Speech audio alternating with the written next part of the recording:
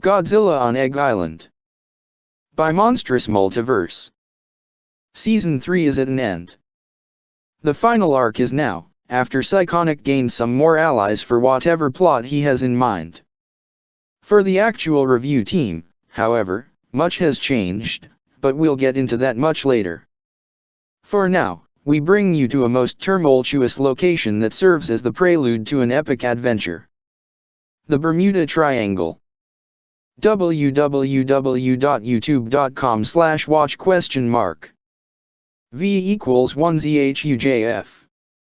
Who in their doggone mind thought this would be productive? Oh, wait. Your boss. Rodan exclaimed. Angie not big. Could have avoided this plot. Anguirus agreed, noting their shrunken down sizes, still pretty big, but still. How do you think I feel? Keep looking and we can get out of this mess in one piece. Godzilla ordered. Perhaps some context is needed for this odd scene. We have Godzilla, Anguirus, and Rodan traveling on a semi-futuristic raft in the middle of the Bermuda Triangle. Not to mention, they were caught in the middle of a vicious storm. The rain either pounded away at their bodies or hit them like needles. Confusing, no? Don't worry. Stick around. Godzilla pulled a communicator from the raft. Sir. Remind me again why we're doing this? Was I drunk when I agreed to not only go on another snipe hunt, but also drag my buddies into it? That's very simple. Sir's voice spoke through it. I need you to search for a canister that I just so happened to lose in this very location. You see, the Bermuda Triangle dash. I get it. Ships and other stuff vanish, something about aliens, and more stuff about whirlpools and time travel. How in the hell did you lose your thing here of all places?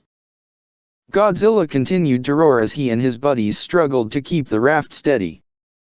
Perhaps, in my joy that Z² was soon to make a full recovery, I dropped this out of airlock. Then a portal showed up and I traced the coordinates here. Sir explained. Oh, yeah. Your brother's coming back. That was nice. Godzilla admitted. Yeah, mind getting to the point before we're reduced to flesh and splinters? Rodan asked as his very wing flaps took the brunt of the winds. Anywho, not only were you powerful enough to handle such a task, but I just thought it would be amusing and proactive to hire your other two friends, especially after the legendary kaiju incident. Sir continued. All you have to do is fish it out of the incoming whirlpool. Because that incident was oodles of fun. Godzilla sarcastically growled. Wait. Whirlpool? There's no whirlpool. Anguirus looked around through squinted eyes. Ack. Rain may be annoying, but nothing shall get past me. Yeah, you tell that to the rain. Yeah, we're gonna need a bigger boat. Rodan sighed. Oh, and the raft is there because I ran out of inventions. Plus, this canister is important. Time is of the essence. Search. Sir out. The crazy night-like being with the unoriginal design faded. Like freaking clockwork. Godzilla face palmed. He's never helpful when he needs to be. Fellas? Rodan looked to the sky as a bright light illuminated the walls of storm clouds. Sure, light filled them all the time, but this one glowed with a pulsating gray/green one. That little thing about aliens. Don't tell me. The myths are true. Godzilla groaned before the ship revealed itself. Wait a minute, is that a Vortake ship? Indeed, the spacecraft was that of the malevolent Vortake of the Toho universe. Think bargain benzillions with better fashion sense. Either way, the stock saucer began to open fire upon the raft. Come on and fight us.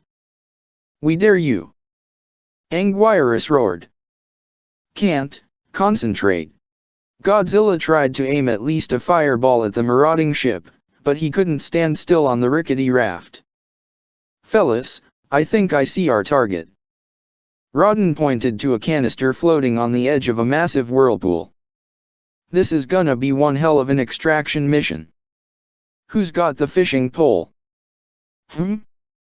Anguirus had it in his mouth, only it broke in half from too much jaw force. Oops. Son of a, you idiot. Godzilla roared before being blasted in the head by the ship. And you've just made it to the top of my list right now. I'd be more hurt, but Anguirus was interrupted when both the raft and the ship began to be sucked into the whirlpool. It was almost as if there was a semi-magnetic force drawing the vehicles all in. Not good. Hold on, partner. Rodden shouted as they started to tip into the hole. With my last breath, I curse gamma ray.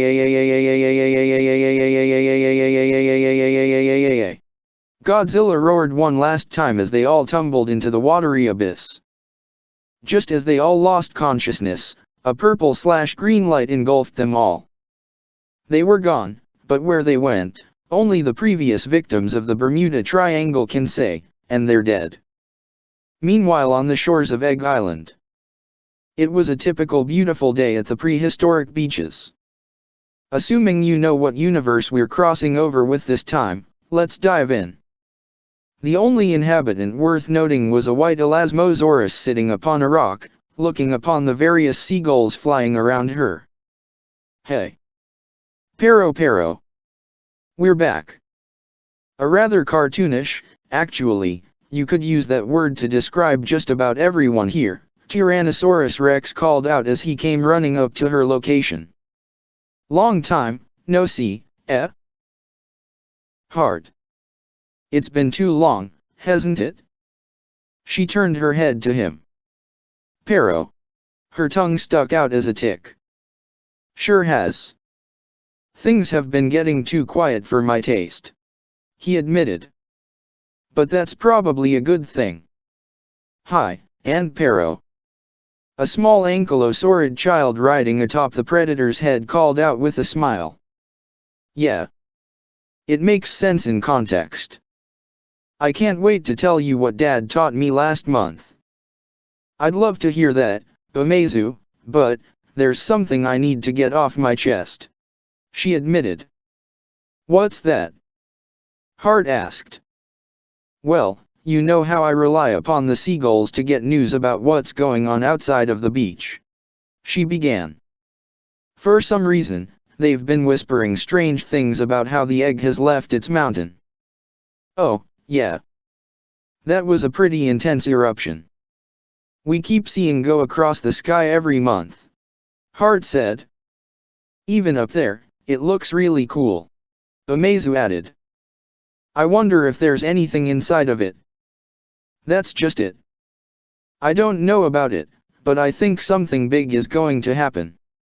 Something that could rival that dreadful eruption. She continued.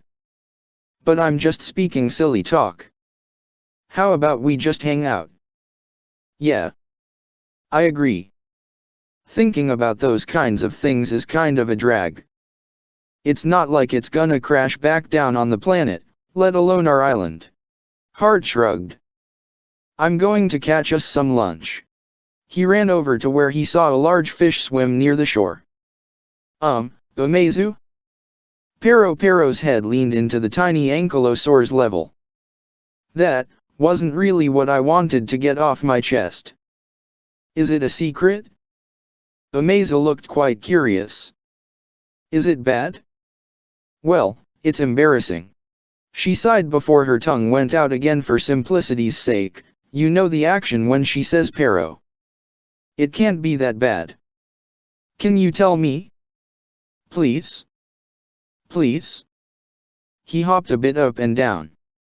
It's just about your dad. She took her gaze off of the youngster to look as Hart kicked a fish bigger than even he into the air before tail slapping it against a large rock. No. It's even sillier than what I said earlier. I mean, I like him a lot, but dash. Do you have a crush on Dad? Umezu's expression beamed.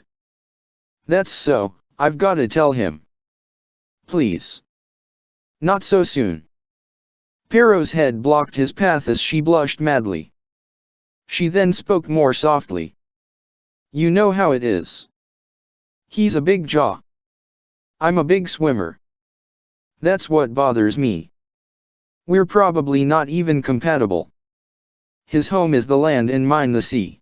Her expression drooped.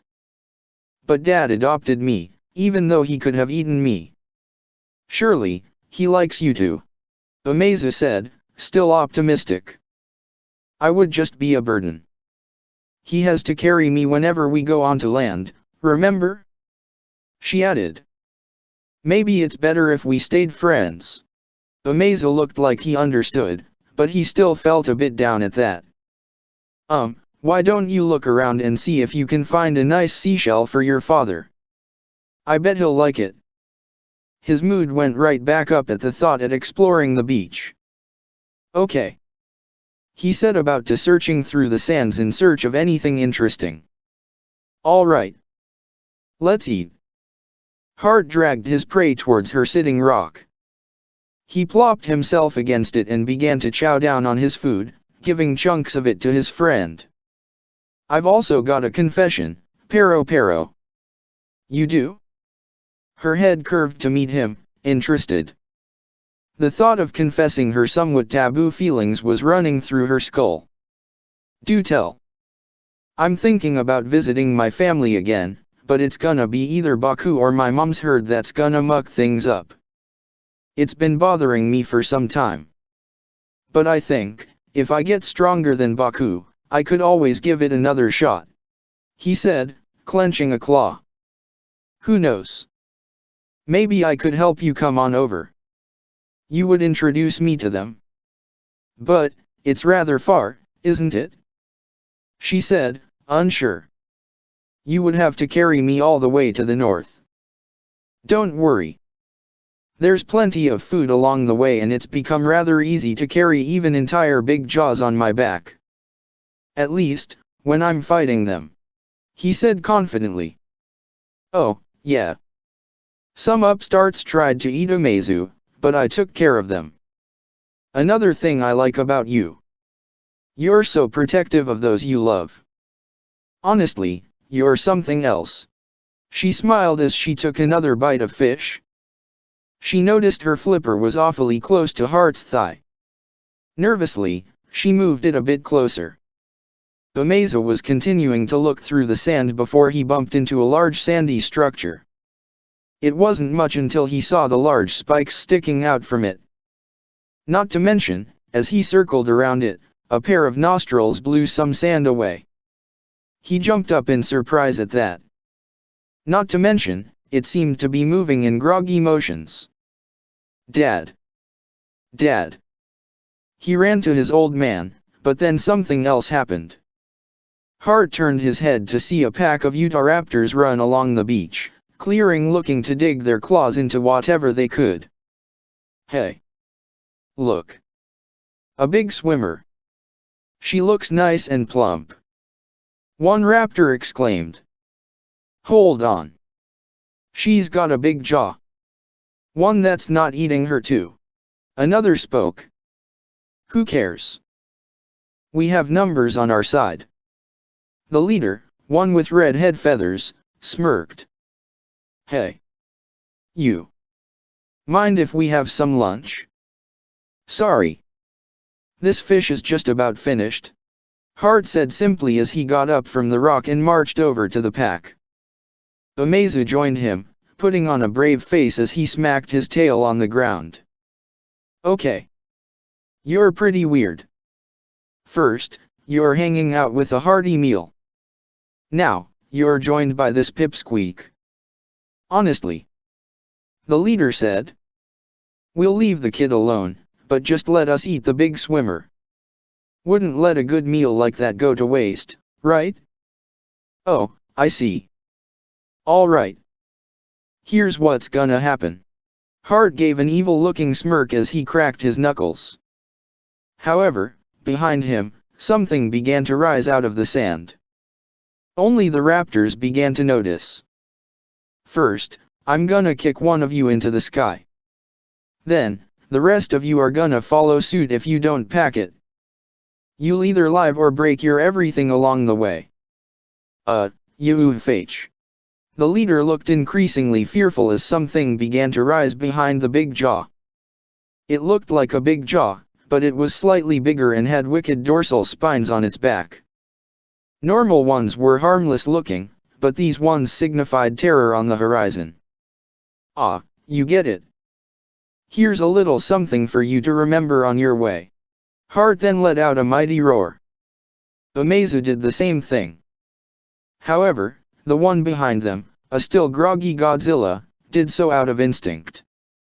Everyone froze with terror as the most terrifying roar rocked the entire island. Every creature, great and small, near and far, happened to hear it in some capacity, and they all knew to run as fast as they could until the danger was gone. For those with us, they couldn't move a muscle. The raptors still managed to flee, screaming their heads off and warning of a demon. Ugh! Godzilla groaned as he backed away a bit, smacking some sand out of his ears. He even spat some out. Wow, I overslept. He looked around at the ground and into the horizon. Huh. Must be back home. That oughta show that armored moron. Hart, Umezu, and Pero just looked at this creature with a mixture of caution and interest. He was the weirdest big jaw they'd ever seen, but he didn't seem to be on the attack, yet. They remained silent as they backed away slowly. Wait a minute.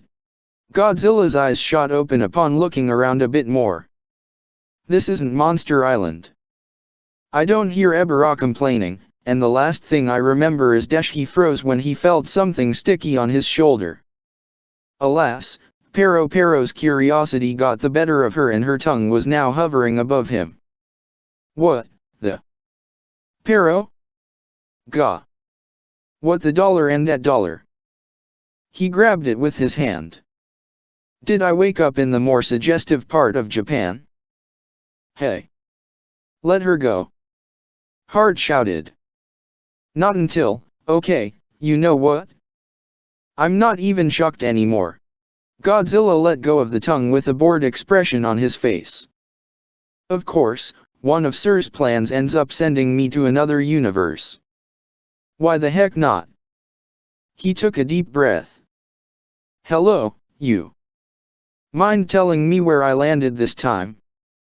Hart examined this newcomer, eyeing him suspiciously. You don't look like any big jaw I've seen. You're not from around here, are you?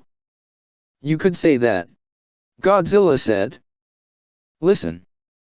I know for a fact that 2 other kaiju like me landed here. It's not often I say this, but I could use a hand. I'm not too keen on getting lost today. Not with this height. Well, I don't have anything else going on today. Hart put a claw to his chin. How do I know that I can trust you? You look odd. Great.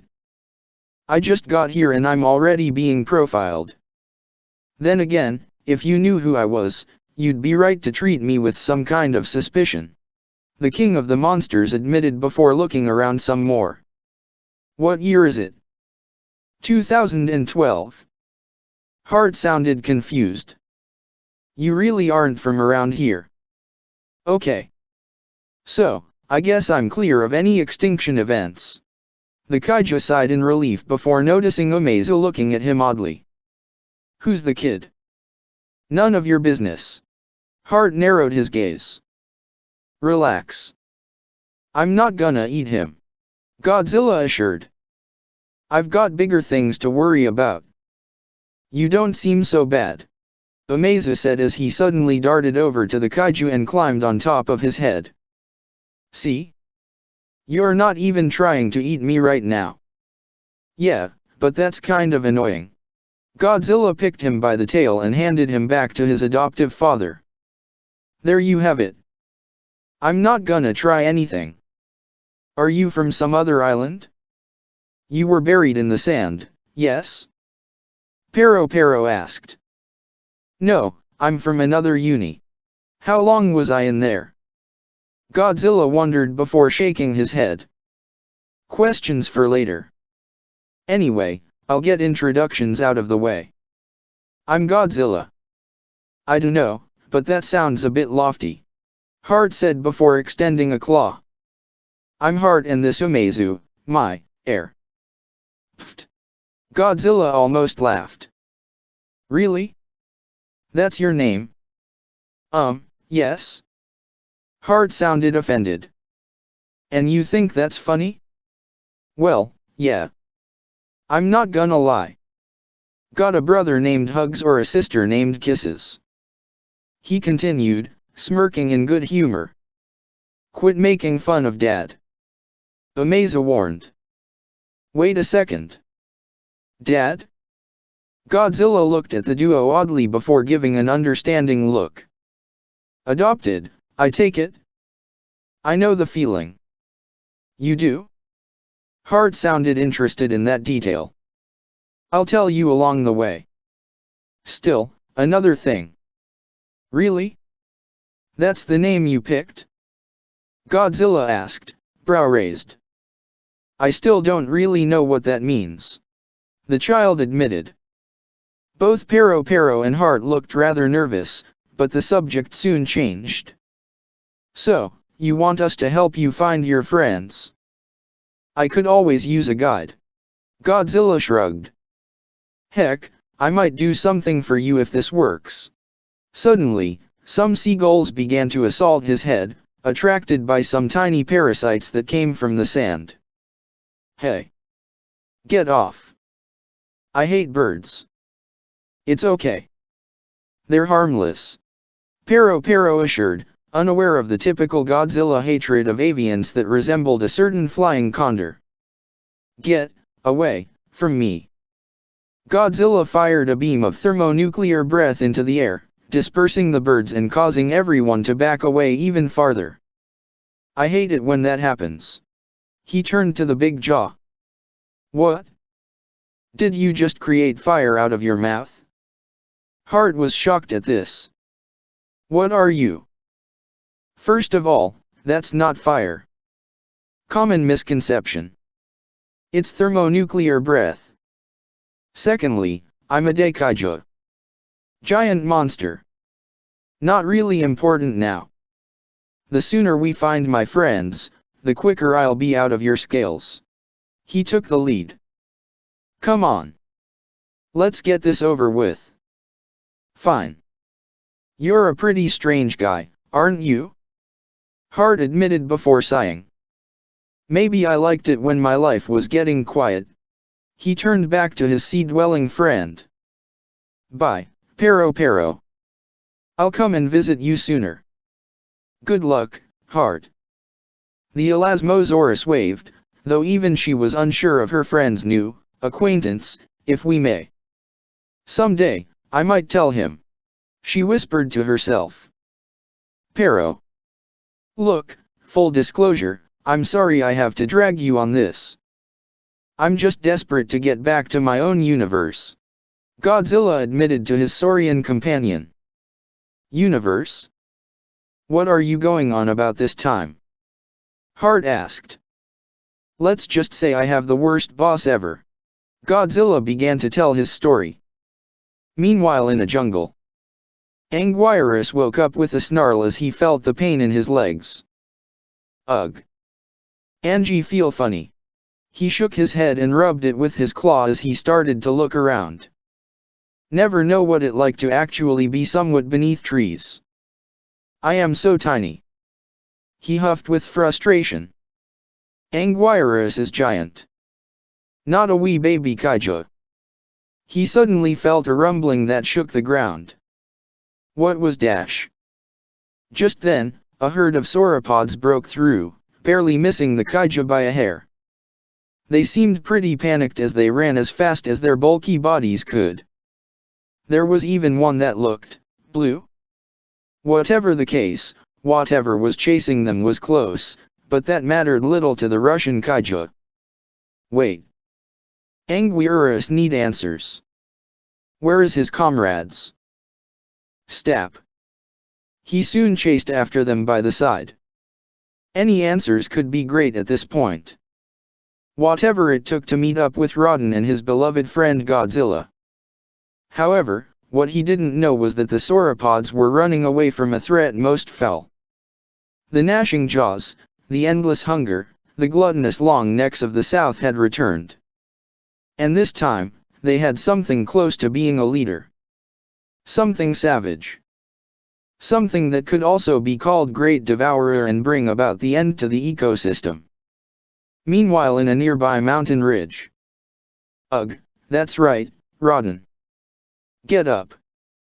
Eat up. The pterosaur slowly rose to his feet with the assistance of a large rock to support his wing claws. He looked around. Huh. This place don't look too bad. Plenty of space. Very, homie. He winced when he realized something. Ah, damn it. My wing flaps. Indeed, they had several tears in them. Fellas, if I hear that tears it joke, I'm gonna dash. He realized his allies were not there. He could still see for miles and they couldn't be found. Fellas? Fellas? Ah, hell. I'm gonna need to heal and seek higher ground at the same time. I ain't sticking around to become someone's lunch. He started to walk to an easily climbable mountainside. About time I got to work on these here hand muscles. Unbeknownst to him, a large bird-like beast had flown above him and was heading to the top of the very mountain he was climbing. It wouldn't be long until he reached all the way to that nest. Meanwhile, in the Big Jaw Territory plains, the Vortex ship looked utterly totaled. Sparks flew as it powered down. Several big jaws were now investigating it. What is that thing? One of them asked among the suspicious gang. I don't care. Can we eat it? Another replied. I'll take a look. Unlike you, I'm not afraid of something that might as well could have landed on Shiny Island. Another confidentially walked forward. We don't speak of that. It's cursed, remember? That same Big Jaw warned. Like I said. Not afraid. The confident one smirked as he tapped on the metal husk with a claw. Before he knew it, a large metal sickle erupted from the wreckage, nearly taking his head. Ack. I'm afraid. Very afraid right now. A pulsating laser of purple/yellow energy, as well as a red energy blast, blew up the ship from the inside, creating a large fire that sent the big jaws scattering back a good few feet. Two horrible shrieks/roars were heard as the occupants rose from the fire. They were the weirdest creatures this gang had ever seen, and they looked like they meant business. One was a tall black-skinned chicken-like beast with metal adorning his body, as well as being equipped with a sharp tail, long red fins on his back, sickles for hands, sharp teeth lining his beak, and a singular glass-like eye with a tiny red dot above it. He let out an electronic roar/shriek as his buzzsaw chest revved up. The other looked like an oversized beetle that walked on two legs and had a large horn on his head. His drill hands revved up as he gave a more deep roar. His featureless face was also discomforting to the predators. After some silence after that, the two looked at the big jaws, whom were getting ready to run. What are you girls looking at? The chicken-like one asked. The other one just waved happily, in stark contrast to how he was acting before. Heath. We're in this fanfic too. He said as he waved. Wait, what?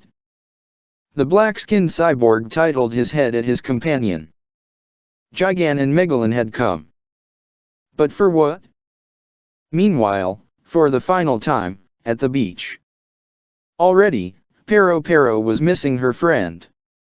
He and his son brought so much joy to her every time they visited. After all, it was very lonely on this beach.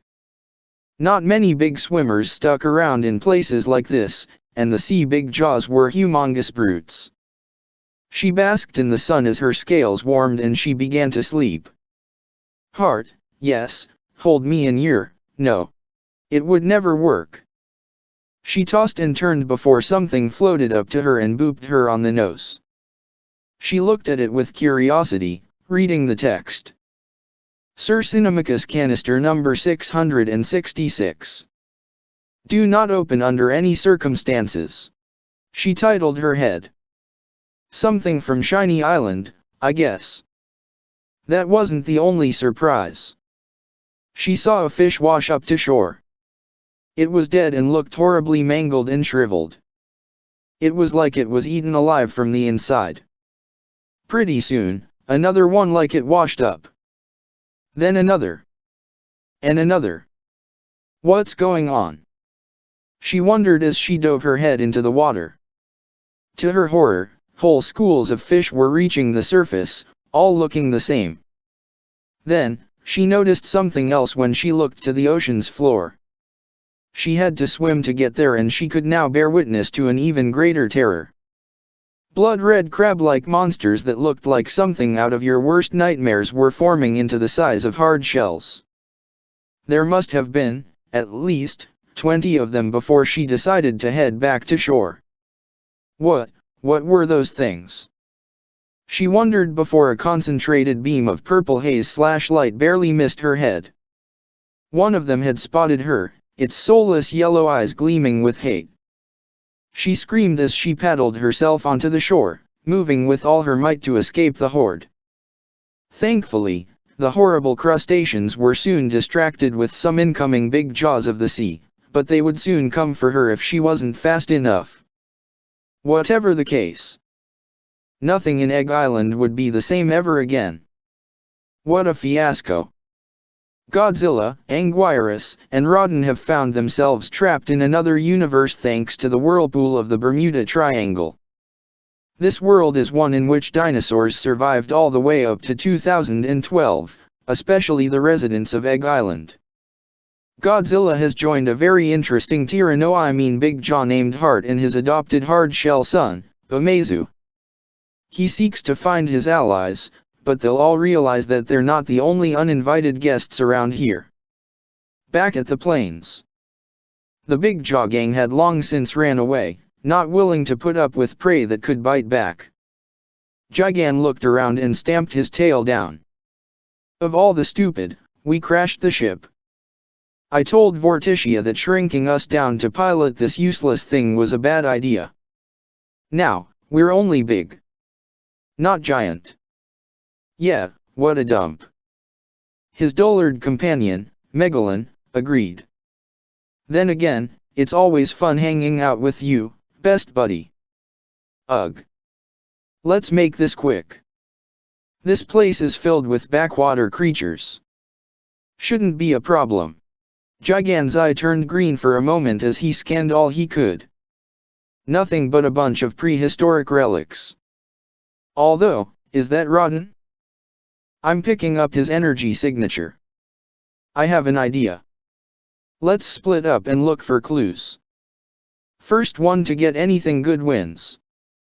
Megalon suggested, raising his drill arm like a child. Good idea. I'm pretty sure I'll know where to go. One quick flight and it's money in my pockets. The wicked Gigan smirked. Oh, yeah. We're being paid. I want a candy store, a big book, a teddy bear, a water park with Cita Pia's approval, my own taco stand, a dash. Megalon rambled, jumping up all giddy. Yes, I get it. We all like money. Gigan snapped. You know what would be better? The promise of never going offline. Immortality. I heard there are ways you could get your claws on that. Gee, I didn't know that. Megalon said. I could write a book on what you don't know. Now, get moving. Gigan ordered as Megalon saluted and drilled underground. Why do I always get stuck with that moron? It's like babysitting a child. Still, if I eliminate Rodden for good, heh. Godzilla's gonna throw a fit if he finds out. He smirked as he flew upwards. Back with Godzilla and Pels.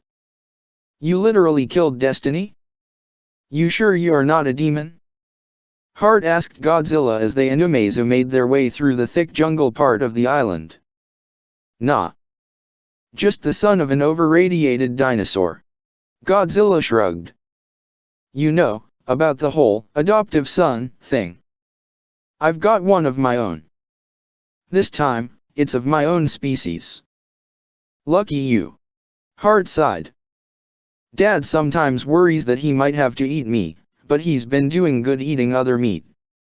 Umezu piped up. What's your son like? I wouldn't call him my son. He's basically a little me, but dumb as a rock. He's a good kid, but, damn, it's a chore to raise him. His name's Minya. Godzilla said. The perils of parenthood. Hart concurred. You know, this is the most comfortable I've been hanging out with another big jaw. Or something resembling one, really. Your friends sounded like that, as well. I wouldn't call them big jaws per se. Godzilla admitted. Anguirus likes the taste of berries while Rodden's a bit more a dolphin guy. As for me, he pulled at a tree branch and grazed at the leaves. I take what I can get. I'm a walking nuclear reactor, after all. Not to the same level as my old man, but still. Talk about convenient. Hart admitted. Me? I never knew my father. Don't care much, either. Probably for the best. Otherwise, you might be too late when you lose him. Godzilla suddenly realized what he just said. Forget I said anything. Let's keep going. Watch your step. Umezu warned as the king of the monsters nearly stepped on some weird green liquid. That stuff's cursed. Cursed? Godzilla looked at the oddly colored water and dipped a finger in it. To the surprise of his companions, he gave it a taste. Good old radiation. What's it doing here? Oh, yeah. The stuff that made your bloodline what it is. Hart sighed in relief, remembering Godzilla's tale. It comes from a place that other big jaws are afraid to enter. The place known as Shiny Island. He pointed to the distance. Despite the foliage, they all could make out a large mound of metal, ships, planes, you name it, in the middle of the sea that looked as big as a mountain. Of course. It's the Bermuda Triangle. Why not? Godzilla whispered under his breath. They say it came from the stars above to serve as a reminder that we're not the only world around. Nobody that ever came there returned, alive or normal. Hart shuddered. Some big jaws made the mistake of trying out that weird green liquid and, well, we're not allowed to speak of that place ever since. It wasn't that bad, right? Godzilla asked. Somewhere far away on the island. Oh yup. My head is so huge. A small orange big jaw grasped his head in agony. My brain is pushing itself out. I'm so fat and bulbous. I'm coming apart. Mother of Egg Mountain, I'm coming apart. A brownish now frog-like one bemoaned. Why do I have whiskers? Why do I have whiskers? An elderly-looking one shouted. To be honest, I got off easy. A blood-red big jaw shrugged with his now sharpened claws. Back with Hart. There's also this guy that calls himself Tyranno Boy that won't stop following me. Hart sighed as he heard incoming stomping. Here he comes now. I'm your number one faaa dash. That pitiful excuse for a sequel protog got his lights punched out by Godzilla. Nice work. Hart complimented. It sounded like it needed to be done. He replied before hearing a rustling in the bushes. Another problem of yours? Probably. Hart turned to the rustling, only to see, Pero? Ant? Umezu joined. What? Godzilla cocked a brow. Hart. The big swimmer panted as she crawled one last time before collapsing in a tired heap. I'm so sorry, I can't go on anymore, not enough water, Too many rocks. It's okay. It's not that. Hart got a good look at her bruised and even cut underside. Bad? You're going to be alright? Please? Amaza looked worried, and understandably so. You look pale as a sheet. What the hell's going on? Godzilla asked. I saw them, they were monsters. She breathed as she recounted her tale. They were like crabs, only like something out of hell itself. They killed all the fish, the big jaws of the sea. They killed everything with purple mist. They might be following me right now. Run while you can. I'll only slow you. Before she could say anything else, she was hoisted up by Hart. Whatever you saw must have been serious. Don't worry. We'll get this sorted out soon. I know a good watering hole where my mother's herd is headed off to. Hart assured. Besides, I did say this would be good exercise for me. You're so kind. She smiled. Pero. That last part came off as really tired, considering her early struggle. Wait a second, crab-like, purple haze, why does that sound familiar? Godzilla's eyes dilated for a moment before he composed himself. Nah. He's dead, my dad killed him, forever. Guess I'll have no choice to visit my family again. You hear that, Amazu? We're risking life and limb just for that. Hart said in a tone that was semi-sarcastic, but still serious. Oh, boy. I can't wait to see them again. The little one jumped for joy before climbing all the way to Godzilla's head. Let's go. All right, fine. You can stay there. Godzilla sighed. Can this day get out of hand a bit more? Careful. Fate might take that as a challenge. Hart warned as the foursome began their journey anew. Godzilla, however, took notice on how Pero was slightly swooning a bit as her lower flippers gripped Hart's neck. Hey, kid. Godzilla whispered to the critter on his head. They an item or what? Nope. She's too shy to say anything, but I just know they'll end up confessing. I've wondered what it's like having a mom anyway. Amaza confessed. Just you wait. The dam's gonna break soon. Godzilla chuckled. Unbeknownst to them, the crab monsters were following close behind. Before they could pounce, the largest of them glared at Godzilla. Something about this kaiju made this otherwise simple-minded terror beast think. Think about a glorious session of sadism. So, instead of charging forth, the horde of nightmare creatures began to stalk the group. Soon, they would strike. Just not now. Meanwhile with Rodden. At last, Rodden had made it to the top of the mountain. He panted and huffed for a moment before looking at his wing flaps. Okay. Getting better. Welp, I'm just about tuckered out. He walked towards the middle of the stick-covered area and flopped onto his back. Just gonna re. He suddenly noticed a large clutch of eggs. Well, what do we have here? A free lunch, if I say so myself. He pecked at one of the eggs. I mean, I ain't no cannibal, but this ain't my universe. Why should I give a damn? Besides, he examined the shells. They look pretty abandoned. They'll be rotten, but I ain't complaining. He prepared to fire his uranium ray.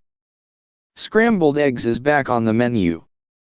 A loud screech/roar interrupted him as a blast of fire as big as one of his wings collided into him. Sano fa, all right. You done incurred my wrath, son. Who is really at fault here, thief? A female Mesoamerican voice called out. Before he knew it, a larger shape had landed in front of Rodden. She was a large red/pink bird monster with dull pink plumage and a rather ungainly appearance. The biggest thing worth noting were her bug-eyed default expression. It didn't help that those eyeballs were tiny. She spread out her wings and let out another roar/shriek. Rawdon, in turn, gave a roar of his own. They looked abandoned. "Give me a break. How dare you demean the color of my eggs? They look perfectly fine. Do you even know who you speak to?" the monstrous bird questioned. "Nope," Rawdon simply responded. "But I'd bet you'd reckon to tell me. I am Quetzalcoatl, the mighty, the feared. And, well, at least, I was sort of royal." She slumped a bit. "After I got trapped here on this island, I've been forced to share my home with lesser beings. Then again, it's nice, quiet, and filled with prey, so who am I to complain?" "Wait a gosh darn second. You're the goddess herself? You sure you're not just postulating?" Rawdon questioned. "The name stuck after some humans called me that, but that is beside the point. I should kill you right now for disturbing the peace of my nest," she threatened. "Go ahead and fire upon me. I can take the heat," Rawdon warned. "What a coincidence. So can I. My feathers and skin can withstand temperatures that even a volcano can't produce," she boasted, spreading her wings wide. "You're just another flyer about to be fried if he doesn't leave in the next few moments. Look. I'm sorry for the mix-up. I don't want no trouble. I'm just looking out where my pals went." He looked over the horizon. "Nope. Nothing. Nothing so far, really. By the way, I'm Rawdon. Because I care so much about your name," she drawled, despite her expression not changing. "If you really haven't come here to eat my eggs, then I suppose I can let this slide. It's not often I get visitors. Not that I wanted any to begin with. Sometimes, fate just wants to kick you right in the gut." Be glad that ain't a black zoom obscured Rawdon's vision. "Today? Surprise, bitch." Gigan landed right in back of the bird kaiju, smashing an egg in the process. "Whoops. Did I do that? Not that it really matters in the end. You, whatever you are, I will never forgive you." Quetzalcoatl screeched to the heavens. "Ow. Go ahead. Murder my eardrums all you want. We all know he wouldn't survive the outside world." Gigan shrugged before turning to Rawdon. "It's you who I want to hang out with. You know? I know that ugly mug. Couldn't stay out of trouble for one day, could ya?" Rawdon scowled.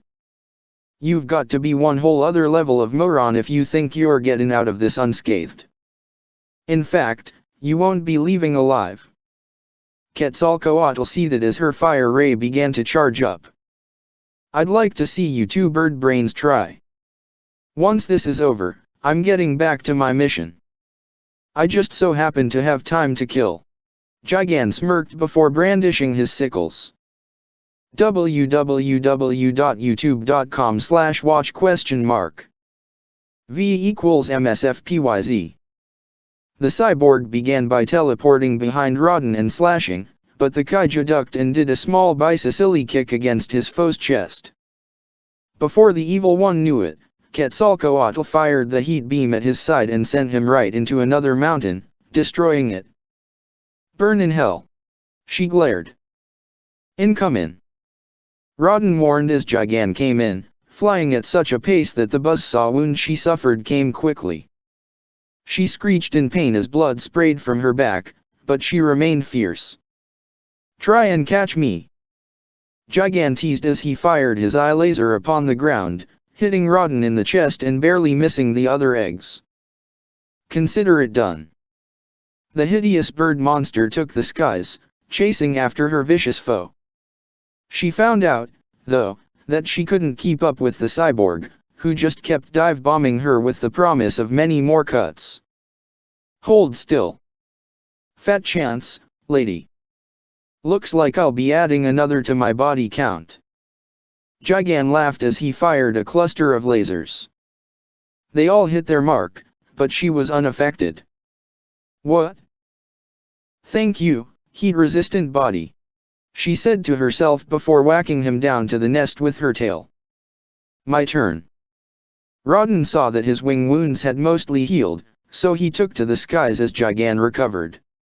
His speed wasn't at its fullest, but it was still enough to generate strong winds beneath him. Incredible, Quetzalcoatl remarked about the kaiju's sheer speed, which was heading right for Gigan. Fine. Let's go. Gigan yelled as the two began to charge each other over and over again. Each time they clashed, a flash of metal and claw could be seen for a mile or two. Finally, Rodden grabbed Gigan's tail in his talons and swung him against a mountain, firing a uranium beam for good measure. Had enough, you no good snake? Rodden taunted as he was joined by the bird monster. You're quite good for an outsider, she admitted. Thanks. I've got plenty of years under my belt, he replied. Don't get too comfortable. Gigan fired his hooks, wrapping around the wings of his opponents. From the mountain, he began to pull them down, his buzzsaw ready to tear them apart. This seems dumb of him. Quetzalcoatl charged up her heat ray. He never learns, sometimes. Rodden did the same. Together, they fired their beams right at the cyborg, who panicked and turned to the side, only for him to still be hit in the back by an explosion. Yeehaw! That's how we do it on Monster Island. That's it. You dorks do whatever. I'm outta here. Gigan yelled as he made a beeline to some other destination. Heh. Coward. Rodden chuckled. When the going gets tough, he's always flying with his tail between his legs. While that was satisfying, it doesn't change the fact that one of my eggs has been destroyed. Quetzalcoatl landed next to the cracked rotten egg. Oh, thank heavens. It was a rotten one. The rest seem pretty healthy. Still, they're due to hatch soon and I don't have any large prey for them to feast on. I guess I could help a little lady out. One with nice moves like that to boot. Rodden complimented. You'd help a random stranger intending to her young? Are you trying to court me? That would require that we fight to choose who is the dominant parent. She reared up in anticipation. If that's the case, hold nothing back. Hold your horses, missus. Rodden chuckled. I just wanna find my pals, but I'd reckon that searching for food might increase the likelihood that I find them. That, and I owe you for almost eating the young UNS. Fair enough. I suppose I can trust you. She sighed as the two of them began to fly forth. I know a spot where plenty of plant eaters gather. What's wrong with dolphins? They've got the right stuff, I tell ya. Rodden boasted. Maybe, but let's stick to the script, as one might put it. She replied. Meanwhile with Anguirus. At last, the sauropod herd had stopped in the middle of the plains. They were pretty tired, but they still got into a circular defensive position to protect their young when the Russian kaiju arrived. It's good. I am not here to fight. For once, at least.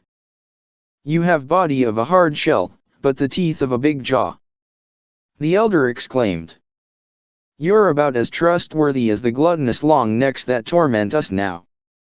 It's hopeless. They're already following us. I know it. A younger sauropod bemoaned. Gluttonous long necks. Like sauropod, but fatter? Anguirus titled his head. Forget that. I have an idea. Another youngster shoved an otter-looking sauropod out into the open. Leave behind the outsider. Then, we make a break for it. What? Anguirus, outraged by this callousness, rushed over to the so-called outsider. She was a blue sauropod with a strange twin fin going down her neck, almost like a frill, some diamonds embedded in her sides, and a tail that curled up. She looked utterly panicked at the thought of being devoured. "Are you all right, comrade? You might eat me, before they do." She shivered. The sound of stomping feet was getting louder. Anguirus, however, stood his ground. "Wait. Aren't you going to?" "No. Angie good kaiju. Never leave friends, even a total stranger, behind," he exclaimed. Sure enough, the gluttonous long necks had appeared, roaring up a storm and displaying hellish red eyes. There must have been 10 or 12 of them, but that was enough to send the herd into a panic. "There's nowhere left to run," one roared. "We will have our grand feast, even if all life on this island is wiped out. Ever consider diet?" Anguirus joked as he slammed his tail against the ground and roared so loud that the long necks winced. "I don't know what you freaks are, but I bet you taste delicious." The long neck licked his lips. "I thought one-eyed Baku drove you all out," the elder sauropod said as they were flanked by a few other long necks. "Oh, we were, until we acquired a secret weapon. One even we consider dangerous to ourselves, but we'll take the risk anyway. Bring in the savage death dealer." The long necks parted as a hideous tiger-like roar shook the land. www.youtube.com/watch?? V equals RKB8R. One unlucky long neck was lifted into the air by the incoming monstrosity. It was like a big jaw in a pickle combined into one unholy monstrosity. The greenish tooth-filled creature slammed down his prey before snapping his neck. The beast looked up to the crowd, large parts of his skin glowing red and wounds starting to open up. A hideous red/black miasma poured from its mouth and eyes. This was the savage death dealer, but we know him better as the savage devilj ho. Let the slaughter commence. The lead long neck roared as they began to circle around the prey and the kaiju. The savage didn't care. He just kept attacking anything he could get his jaws on. One sauropod was even pulled in by him and torn apart before everyone's eyes. "Protect the young. Don't let him near." The sauropods formed into a circle protecting the little ones, rising up and stomping their feet as well. "It's coward killing time." Anguirus rushed at the savage, only to be blindsided by a long neck. He attempted to bite down on the spiky one's head, but Anguirus just dodged and head-butted the gluttonous dinosaur. However, he was met with a blast of draconic energy from the savage. It knocked him on his side, next to the blue sauropod. Maybe I can help," she suggested as she stood up. "They may be scary, but I have to protect the herd. Sure, I'll never truly be accepted, but it's worth a shot." "What your name?" Anguirus asked as they stood up to face the savage and 3 other long necks. "Neku. I'm an Auroras, if you were wondering." "You?" She shivered a bit as the predators roared to the sky. They were closing in on the herd with added confidence and hunger. "I am Anguirus. Russian kaiju. Now, we fight like men," he said. Their foes lunged. Only for a large bug-like monster to unearth itself right under them. Megalon had come, as he roared to make himself known. As everyone turned to him, he then waved. "Hi. Guess I was right. We are in a crossover. They've even got Pokemon." "Wait, what?" Neku cocked a brow. "Is this good or bad?" "Not sure. Giant bug man not familiar," Anguirus said before getting an idea. "You. Little bug. Help now." Okay. You seem nice," Megalon happily exclaimed before noticing the peril the herd was facing. "Can I play with the sharp-toothed dinosaurs?" Yes. Anguirus smirked as he got the meaning behind that. Still, the savage death dealer was back on his feet as he roared at he and the Auroras. Now, we fight for real. www.youtube.com/watch?? V equals XBY2R0. Jumping at his prey, the savage nearly stomped on them, but they got out of the way and began to run circles around him. He was focused on which one to eat first, but eventually chose the Auroras. However, she managed to sidestep enough to avoid the gnashing jaws. Anguirus soon leaped into the air. Smashing into the monster's side, some of Anguirus' spikes got lodged. However, the savage just got back up and charged his beam. You want to push me like I don't mind. You want to break me but not this time. You underestimate the moment you shove. You've got no idea what I'm capable of. No, you don't. You think I'm going to back down? You better think again. I've always said. Shielding himself with his spikes, Anguirus took the brunt of the blast. The savage didn't let up, continuing to try and burn through his foe. Some long necks tried to join in, only to slip on the icy floor made by Neku's breath. The savage slipped just a bit, losing his concentration.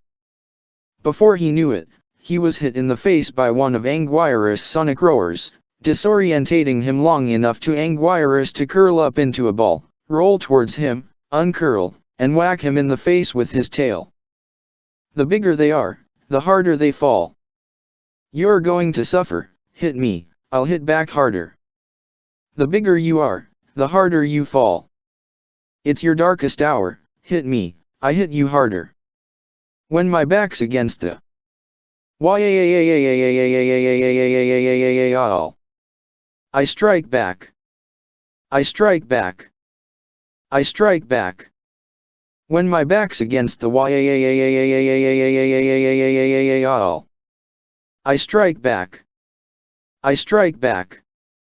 I strike back. Megalon found himself surrounded by the curious longnecks, whom were still dangerously close to the herd. Okay. Time to get serious. He sighed before clobbering some lunging longnecks with his drill hands. The rest decided to dogpile their insectoid foe, overpowering him. However, as they piled onto him, Megalon's torso began to glow. A magnetic power was building up inside him. The moment a long neck bit down on his horn. You are the darkness and I am the light. You are the fallen and heaven don't lie. So step back, you're crossing the line. If I told once I've told you 1,000 times. No, you don't. You think I'm going to back down? You better think again. I've always said. Megalon, letting out a mighty roar, spread out his body as the resulting pulse rocked the land and sent the long necks flying. Some of them died when they hit the ground so harshly, though the rest survived and lunged at him. Megalon responded by firing many napalm bombs from his mouth all around him. The moment they came closer, he flew up and fired his lightning ray at the bombs. The explosions tore through the long necks in front of the mystified herd. At this point, most of the long necks had been killed by this one being. He landed and smashed his drills together, doing a small victory dance before he noticed something coming at him. The bigger they are, the harder they fall. You're going to suffer. Hit me, I'll hit back harder. The bigger you are, the harder you fall.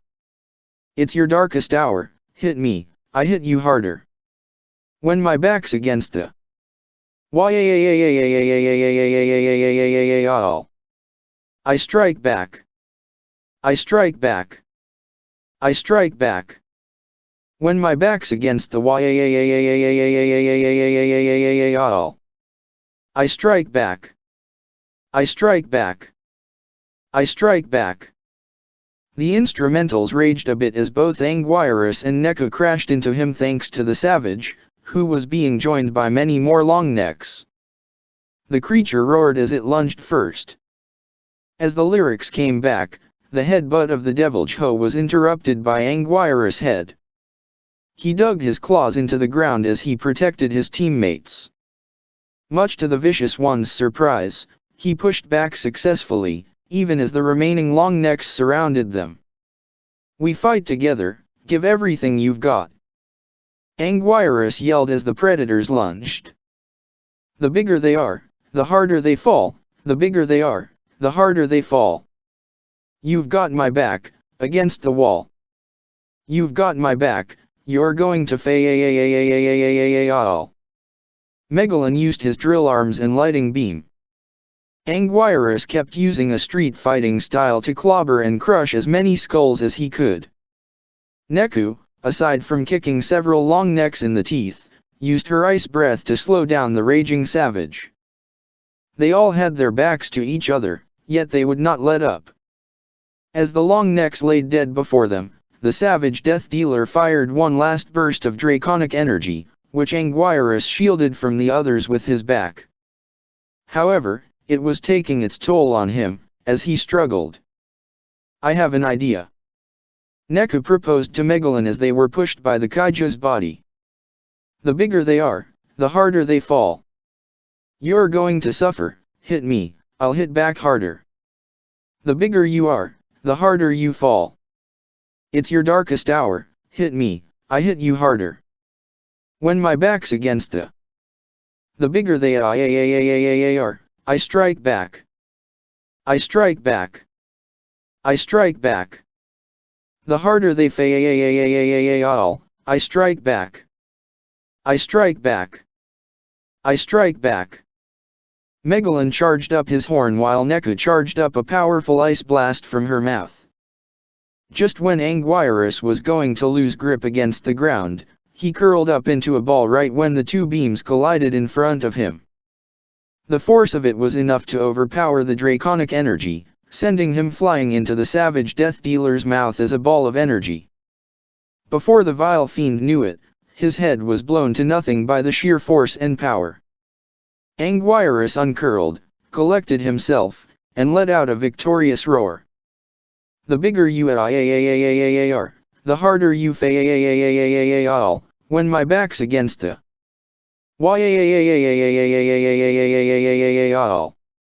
I strike back. I strike back. I strike back. When my back's against the I strike back. I strike back. I strike back. Yay! Megalon jumped for joy alongside Neku. "We did it! We did it! We did! We saved the herd!" She took his drills in her front feet and also slightly mimicked his joyful movements. Heh! Teamwork works every time. Anguirus weakly smiled as he recovered. "I don't believe it." The elder sauropod gaped along with the others. "Those outsiders saved us all, perhaps we could let them join us to the grazing lands?" "Exactly." Neku walked over to Anguirus and helped him up with her neck. "You'll like it there. It's supposed to be lush and green. Wherever the egg protectors go, we go." "Very well.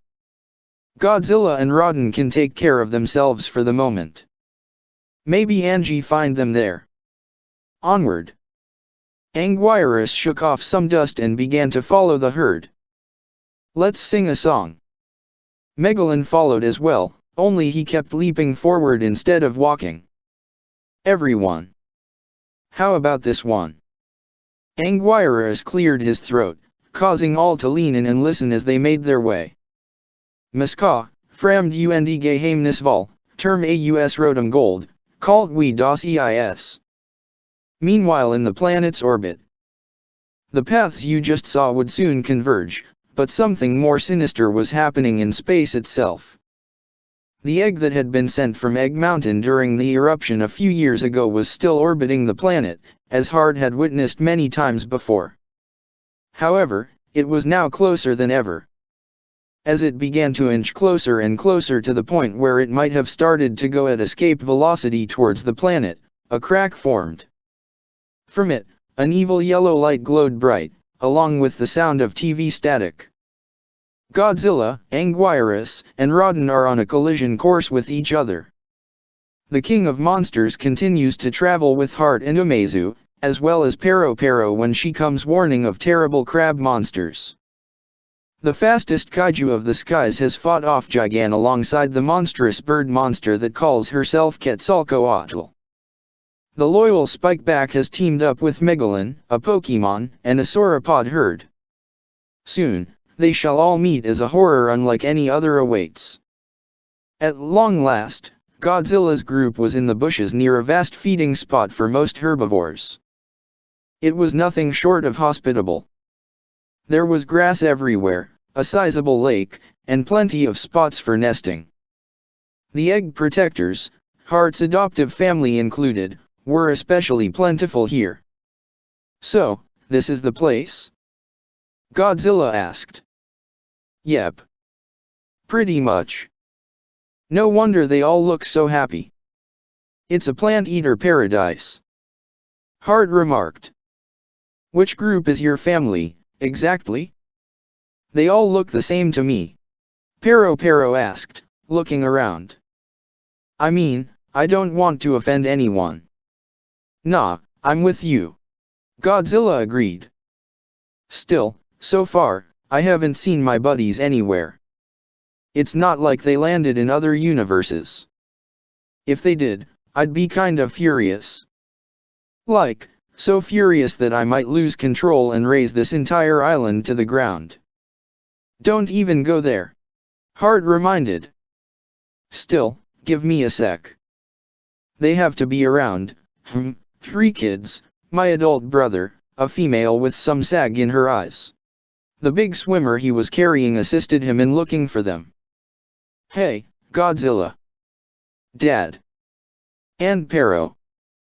Do you hear that?" Umezu piped up. "Not now. I'm trying to concentrate," Heart said. "Wait a second." Godzilla recognized a voice, singing in unison with a bunch of others. U2.be/3yjkq9jve8 ? T equals 3m5s. Even the other three had to admit that something had caught their ears. The low hums of the leaf necks, that's what a sauropod is now, deal with it, were getting closer, as per every year, except it sounded more mirthful and musical. That's never happened before. At least, as far as I can remember, Heart admitted. "Here they come," Umezu said as the long necks of the leaf necks came into view, heads swaying in joy. They were even singing now. "What does Miska mean?" Godzilla was starting to put 2 and 2 together as the sauropod elders sang more. Miska, wadka trinkt man per und kalt, das macht 100 Jahr. Oh, ho, hey. Miska, Wiederchen dein Glas ist leer, doch im Keller ist noch mehr. Ah. The other herbivores were starting to turn their heads to the incoming herd. Heart's family was starting to come into view, as well. However, what caught their attention were the 3 unusual creatures that were singing along. Kozakin, hey, het die Glazer. Natasha, ha, du bist schon. Taurisch, hey, auf das Leben. Auf dein Wall Bruder, hey, Bruder hu. Everyone's jaws dropped when they saw a monstrous hard shell and a strange smaller blue leaf neck dance as they led the herd, singing along with them to great effect. Miska, werf die Glazer and die Wand. Russland ist ein schönes Land. Ho, hey. Miska, die ein Ziel ist so groß. Nachtsta ist der Teufel los. Ha, hey. The reactions got even more wild when Megalon came bounding after the group to the side of the herd, joining in. Miska, liebe schmeckt wie Kaviar. Madchen sind zum Kussende. Ho, hey. Miska, komm wir tanzen auf dem Tisch. Bist der Tisch zusammenbricht. Ha, hey. They all laughed at the end. That was so much fun. Neku exclaimed. I still have a good spring in my step. Megalon then noticed the onlookers. Hi. This look like place. Not too shabby. Anguirus looked around before turning to his companions. Very good show. Let music empower. Dear God. Godzilla face palmed. That was actually kind of good. Heart was confused, but impressed. Pero was even bobbing her head and humming the melody she just heard. Well, Heart. There he is. Anguirus. Of freaking course he'd do something like this. Godzilla sighed. Oh, well. That's 1 out of 2. We should probably stop hiding in the bushes now. I see them. Umezu saw Heart's child siblings in particular, bounding off Godzilla's head to rush over to them. Hello. It's me. Huh? Heart's mother was brought out of her confused stupor to see the tiny hard shell rush up to her. Umezu? What are you, has he returned? She looked rather hopeful. And does he happen to know what's going on? Light was mostly freaked out by the giant bug monster idly walking around. Ugh, well, no use hiding anymore. Stay here for a moment. Heart instructed his kaiju friend before stepping forth. Mom. It's me. Sorry for everything, really. I'm not sure what's going on either. Heart. It is you. Mom, we'll just call her that for now, went up to him and gave him a hug, her family in tow as they joyously gathered around him. I missed you so much. Me too, Mom. Me too. Heart's eyes threatened to tear up before they separated. Mom, I'll explain soon. First, this. He motioned to the waving big swimmer he was carrying. Is Pero. She saved my life when I fell into the sea. We've been friends ever since. It's a pleasure to meet you all. She smiled at them. Pero. It's nice to see you making new friends, Heart. Truly. Mom said. So, what's up? Light asked, ignoring the increasingly confused onlookers. Nothing much. It's just, well, it's kind of a mouthful. Heart fumbled for the right words as his younger siblings ogled at the sea dweller atop him. Dad made another friend. Umezu explained. His name's Godzilla and he's supposed to be super tough. He's kind of scary, but he doesn't always eat meat all the time. You know what? Might as well speed this up. Godzilla stepped forth. The herbivores were already in discontent, but seeing a big jaw that looked like he walked out of hell itself was too much. They were ready to bolt away from their grazing lands as soon as he entered the scene. What? Heart, you're my brother and I wouldn't have it any other way, but why did you bring another big jaw here? Light asked calmly as Godzilla got closer. Relax. He's cool. Hold on a second. Heart moved over to the large lake and Pero dived in, enjoying the feeling of water against her again. Hope you like it. It's no ocean, but it'll do. Try to resolve this, please. Things are starting to get a bit insane, even for me. She said. Pero. Gaji. It's you. I knew it in gut that you would come to center. Anguirus trotted up to him. Look, it's good to see you, but what the hell have you been doing? This is just bizarre. Godzilla remarked as they walked together. Anguirus protector. Never surrender, he said proudly. Neko soon joined him. And now, we have Pokemon. Somehow, I know this is Sir's fault. The king of monsters face-palmed. It's alright, everyone. The elder Leaf Neck called out to all. A friend of Anguirus is a friend of ours. After all, he and the other outsiders defeated the gluttonous Long Necks. That's enough to earn our respect, especially after he didn't eat us. I suppose that makes sense, but I'm keeping my eyes on them. The Elder Egg Protector, for clarity's sake, Amaya confirmed. Alright, everyone. This is Godzilla. Or Gojira. Or whatever it was. Hart explained. He and his friend aren't from around here. Sup? Godzilla said, leaning a bit. Why are your spines so big? One of Hart's siblings asked. How did you meet Hart? Another one asked. And are you going to eat us? The biggest asked. Now. Let's dial it down a bit. Mom corralled them before they all sat down. Please tell us how things have been. You certainly look like you've been through a lot. Nothing much. Until now, that is. Hart shrugged. I'm just glad that things are settling nicely. Neko beamed. I don't care if I'm basically a straggler in a world I still know nothing about.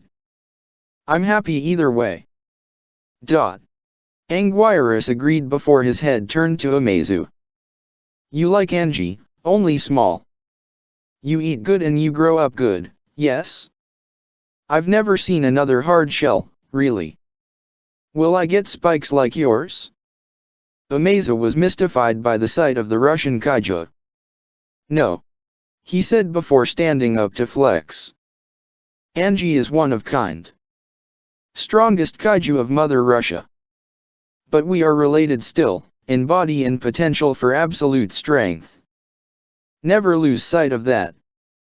Don't worry. I'm really strong thanks to my dad. He got into a position where his tail swayed threateningly. He even let out a small roar. Is good. Anguirus clapped. Very good.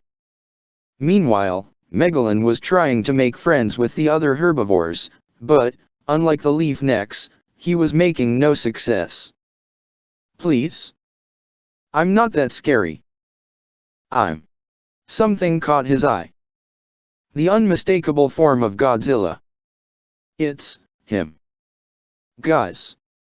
Stand back. He instructed the herd. I have a feeling this won't end well. A leaf neck shuddered. His power was quite something.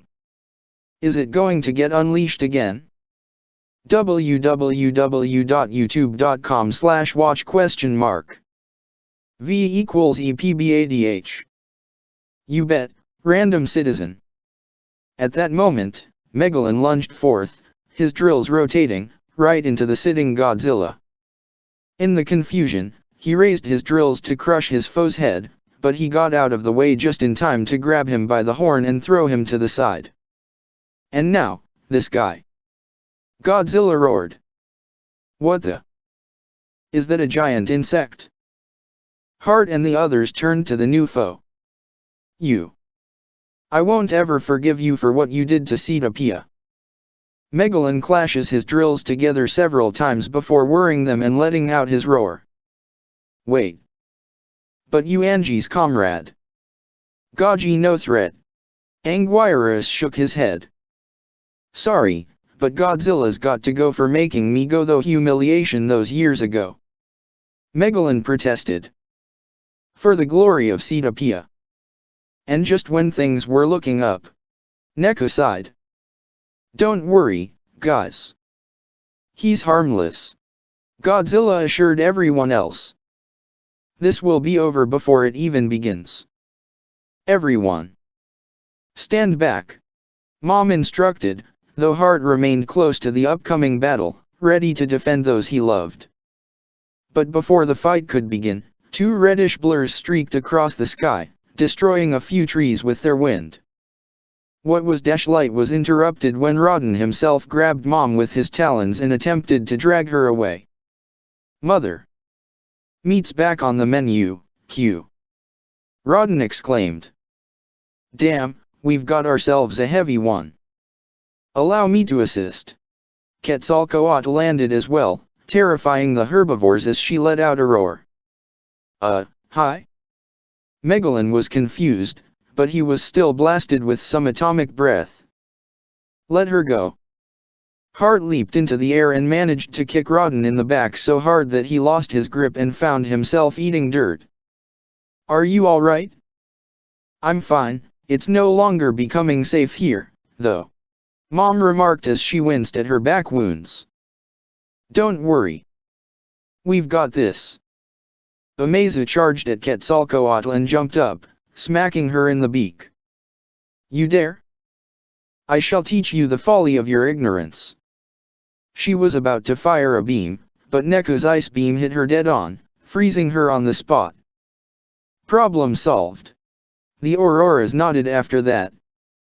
"Rodden, you mind telling me what that was about?" Godzilla ran over to his fallen friend.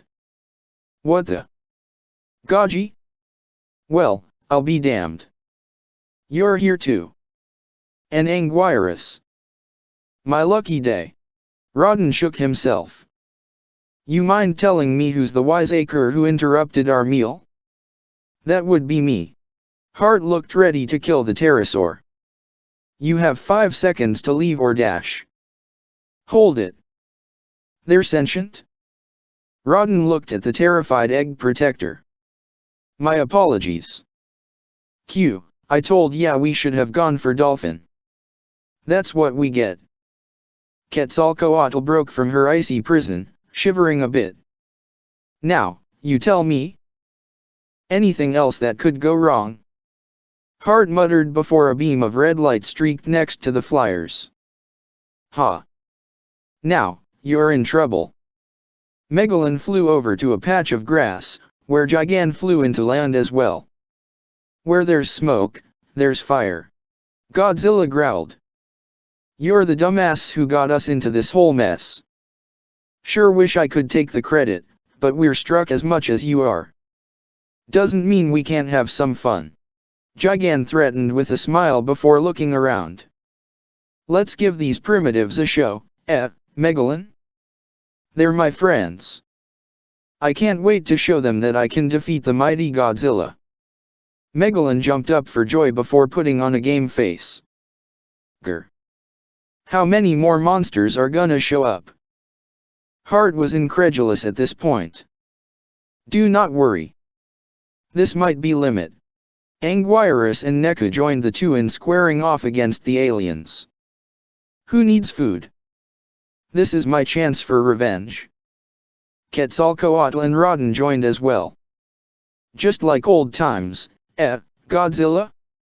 Rodden remarked. "I guess." Godzilla was charging up his spines.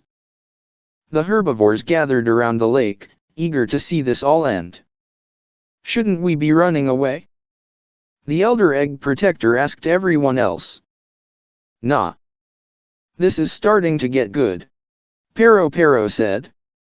"Somebody's going to be killed, I know it." Mom looked utterly worried.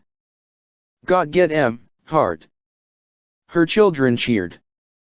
"We've got you outnumbered." Rodden yelled at the aliens. "Well, when you put it that way." Gigan looked a bit unsure at the Kaijus and Dinos facing him. "No, we're not." Megalon shouted before counting. 1, 2. Smash. Right in back of the aliens was a particularly large big jaw. He was a darker shade of green and had one eye missing. He had a permanent scowl on his face as he examined everything going on. Chaos. Nothing but chaos. Is this what you bring with you every time, Hart? You know what? You handle this. We're just going along for the ride at this point. Godzilla threw his arms up in the air, past the point of caring. One-eyed Baku. Quetzalcoatl gasped. I remember you. You told me where to go when I was transported here. What brings you here? This is not Big Jaw territory. Hard. Whoever the rest of you are. Leave. He stated. But we just got here. Anguirus shrugged. Hey. Baku. Neku piped up. This guy and Megalon there took down the gluttonous long necks. What do you make of that? Is this true? Baku looked interested for a change. Yep. We sent them packing. Actually, they're dead. Like, really dead. Megalon shrugged. Megalon, we're going to have a serious talk about you almost going native after this. Gigan said to his partner, before turning to the large one. Listen, Barney.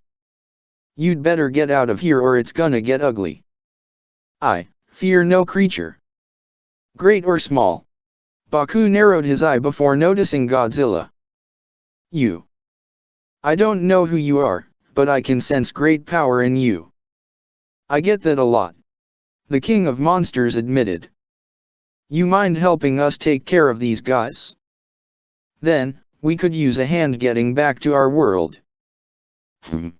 It seems all of this is because of one big misunderstanding. Tell me more. Baku said in a stern, but understanding tone. So, no rematch? Umezu asked his dad, no point in hiding that twist. Guess not. This day is already hectic as it is. Hard shrugged. You know what? Forget it. Where's that stupid distress signal? Gigan stamped his tail. Right here, actually.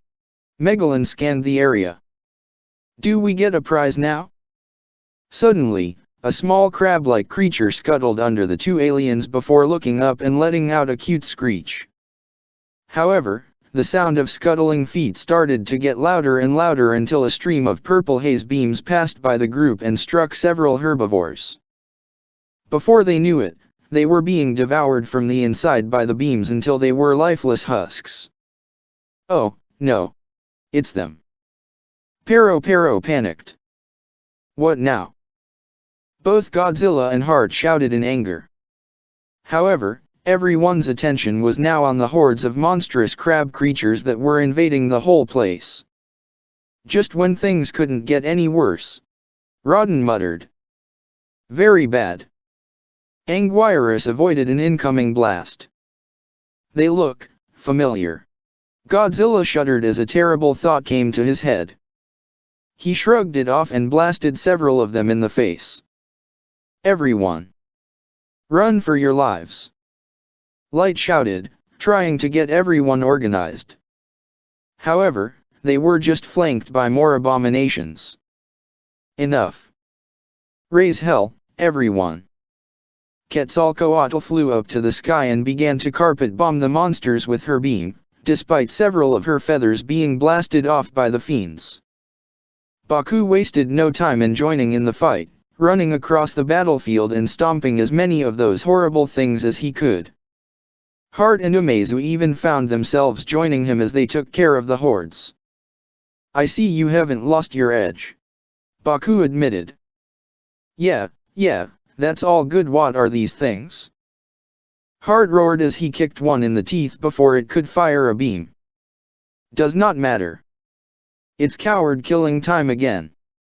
Anguirus steamrolled over a few more. Neku fired her ice breath at the horde, severely damaging them and causing them to converge on her. She barely survived as she retreated. Her ice powers must have triggered a more than usual hostile reaction. However, they were annihilated when Rodden used both hurricane winds and his uranium ray to deal with them. No. He can't be back. Godzilla was still comprehending the existence of these things. I wanna play.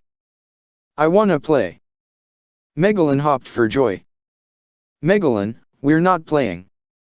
We're fighting for our lives. Gigan shouted as he fired several cluster beams. I wanna play. I wanna play.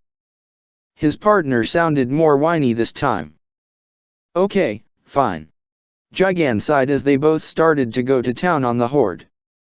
However, as the herbivores, especially Hart's family and Pero, looked on, the crab creatures just stopped.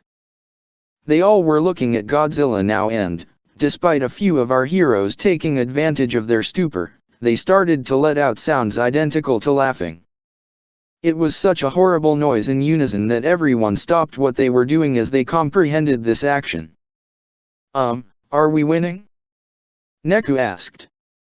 I don't like it, make it stop. Umezu covered his ears to no avail. Damn these demons. Baku gritted his teeth. Stop it, stop it, stop it. Godzilla was clawing his ears at this point. Stop it or I'ma blow you up. He fired a particularly powerful blast that seemingly wiped out the rest. Is the ride over? Megalon asked as the smoke enveloped most of the land. www.youtube.com/watch?? V equals A0 RKFT. Midnight to 024.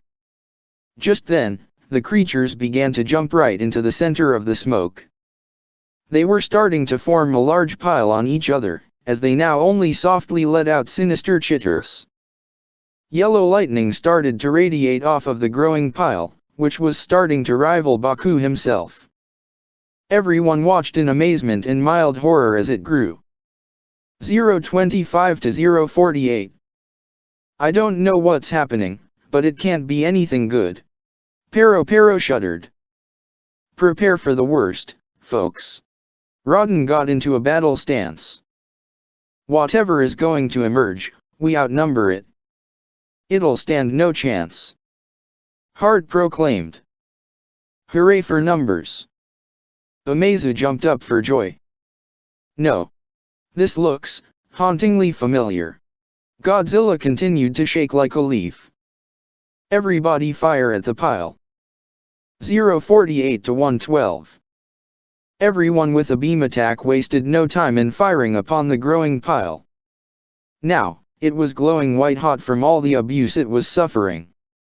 However, this seemed to not melt it, but empower it. The whole land shook as the yellow lightning coming from the pile obscured it, causing the beams to stop. Soon, there was nothing but smoke and a confused cast. 112 to 136. Until a slash of pure red energy nearly hit the group, but it did slice through the trees and even some leaf neck heads. The shadow of a monster a bit bigger than Baku was starting to make itself known, especially when a set of large crimson bat wings emerged. No. Godzilla breathed. Soon, with a roar that could pierce your soul, the monster emerged in all his glory from the flames raging around him. He was, like Satan himself, if he were a kaiju. A bit like a crustacean, but more like a demon. We can't describe him too well, but his name was Destroyer. 137 to 206. The flames dissipated as the kaiju started to let out a deep laugh. He looked around and let out a small grunt of interest. At last, born again and ready to spread death over all I survey. His evil yellow eyes glazed over the unfortunate souls around him. You all might want to run, not that you'd get that far. Soon, the creepy music ended. No. You're dead, you're dead. Godzilla broke the silence. Is that who I think it is? Destroyer arched a brow before letting out a cruel laugh. I knew it. The run from before. Do I have to kill you again, or is this some kind of twisted heaven where I can do it as many times as I like? Monster, demon, whatever you are, leave. This is no place for you. Baku stood his ground. I wouldn't rush into battle so quickly. Rodden advised. That's Destroyer. Last I heard, he was powerful enough to almost end Godzilla's bloodline. That only Cliff Notes version of it. Anguirus said, narrowing his eyes at the monster. This is bad. I'm scanning his power readings and, we'd better cut and run. Gigan took a step back. I'm sorry, but nobody is leaving, alive. Destroyer flexed his claws. I'm not sure how I'm suddenly alive, but all that matters is that my purpose can be fulfilled even further. What say all of you? How about no? Hart lunged at him and kicked him in the chest, slightly budging him. Impressive, but not good enough. Destroyer grabbed his leg and slammed him to the ground before using his clawed tail to grab his foe's head and throw him at the crowd. Don't you dare hurt my dad.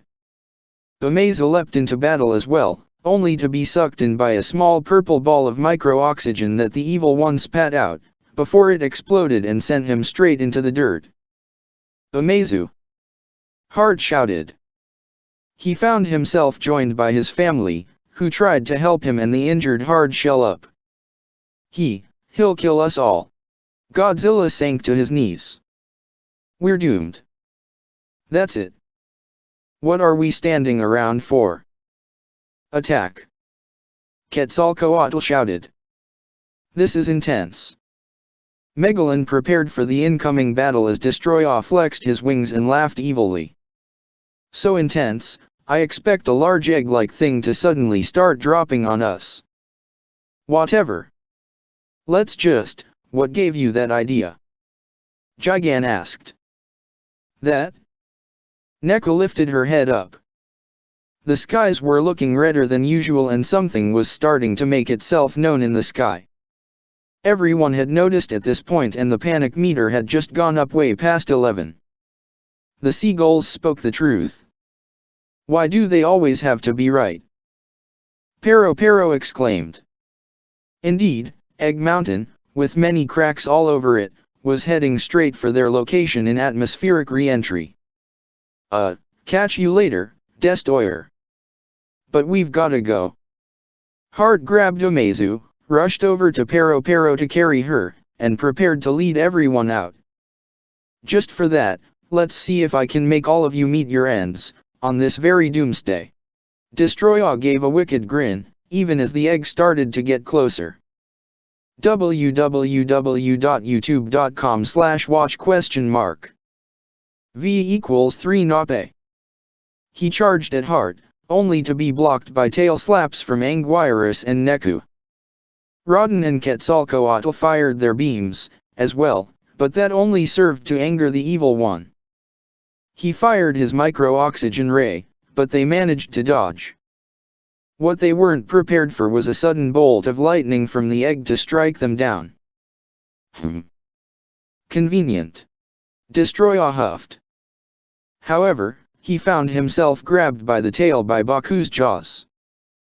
He began to run with him, only for Destroyer to dig his claws into the ground, stopping his foe and leaving him open for a scar against his back by his laser horn. How would you like to lose the other eye? Destroyer smirked before a blast of ice hit him in the back. Gaia! Wretched creature! Hey! I think I figured out his weak. Neko was sucker punched in the face by the enraged kaiju, only for Megalon to hit him in the face with his drills. Nobody hurts my friends. He shouted. You idiot. Have you looked at the sky? We've gotta get out of here. Gigan warned before Destroyer grabbed the beetle and threw him at the cyborg, throwing a large boulder for good measure to keep them down. Anyone else? Destroyer roared as he grabbed Anguirus' head and began to pry his jaws open, ready to crack them. However, Hart came back and kicked him in the face. Persistent, aren't we? The big jaw said nothing. He just grabbed Destroyer in a headlock and crashed him to the ground. However, the vile fiend grabbed him with his tail and started to fly, dragging his foe against the harsh ground. Aren't you going to help? Mom asked Godzilla as she and the others looked on in horror at both the evil kaiju and the falling egg. It's over. We don't stand a chance. Godzilla protested, still on his knees. Coward. Baku yelled as he saw Destroyer coming right at him. The fiend threw hard at him and fired a blast of micro-oxygen, creating an explosion in front of the knocked-down big jaws. Even to the end, we shall never give up. Quetzalcoatl shouted. Yeah. What she said? Rodden roared. You are not powerful. You are like little baby. Anguirus joined. Yeah, never give up. Hart stood with Baku, the both of them in a brave fighting pose. You still intend to fight, even as the end is near? Humph. Whelps. Destroyer prepared to make his move again, until the egg above them just stopped. Are we dead? Gigan had been covering his head the whole time, hoping for a quick death from the apocalypse.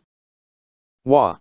Umezu started to wake up after Pero and the child egg protectors had been moving him to see if he was alive. Why is the egg floating all of a sudden? Suddenly, the egg started to crack even further. Blinding yellow light was starting to leak out of it all. What does it mean? Light wondered out loud. Only one way to find out.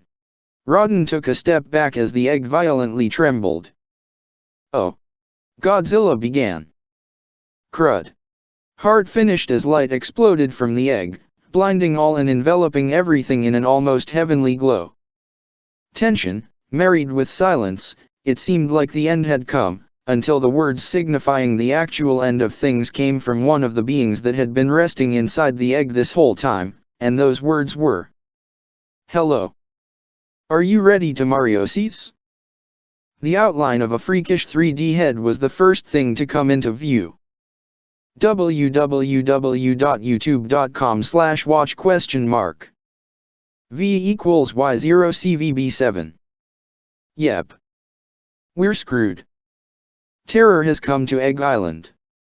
Destroyer, the evil kaiju of death that killed Godzilla 2000 to begin with, has arrived, and proves to be too strong of an opponent for even all our heroes combined. However, Egg Mountain itself has hatched, and out comes a strange meme character and more. What does this mean for the island? Well, let's pick up where we left off. Our heroes stood there as the frankly freakish floating head of Mario descended down to inspect them all. Do you have any food? He asked in a somewhat cutesy Italian voice. Okay. I'm going to scream into the nearest pillow-like object if you don't mind. Gigan remarked. I need an adult. Megalon shivered. He's kind of funny looking. Pero couldn't help but smile at the odd-looking head. I'm a bet you can't do this. The head started to rotate a bunch. Ha ha ha ha. All right. I've gone from terrified to confused. Godzilla stated. I'm pretty sure my ribs are broken, but I feel the same way. Hart said as he picked up a still coughing Umezu. You'll be okay. I promise. Dad. He just kept coughing as his skin turned a tad purple. Baku just stayed silent. He was willing to wait this madness out until he could find a solution. Preferably with him smashing all those who mucked up the day into the ground. Humph. I don't have time to deal with this. Destroyer remarked, ready to blast the head out of the sky. Begin typing now. The head spoke as a pillar of light slowly rose from where Egg Mountain once stood. The volcano was starting to rumble quite a bit. Why does this situation look familiar? Quetzalcoatl said. What? A dead meme looking us dead in the face while the worst kaiju around is up and about? Rodden asked. No. A simple volcanic eruption. I've seen my fair share. She replied. Kinda means we've gotta run. Neko said.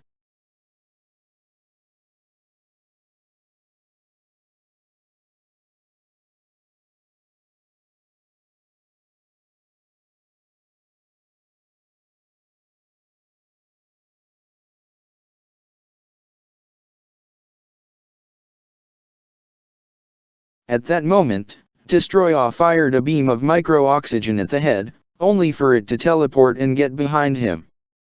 Hey! Who's that behind you? The head opened its mouth as a massive beam shaped like an eel sent him flying into a large rock. That's a moray. Okay, I think I might like this guy. Godzilla smirked. Kick his ass into next week. What'd I ask that thing? Light looked ahead at the volcano. I don't know, but I hope it's a good thing. Mom replied, talking about the head currently giggling up a storm. No. That.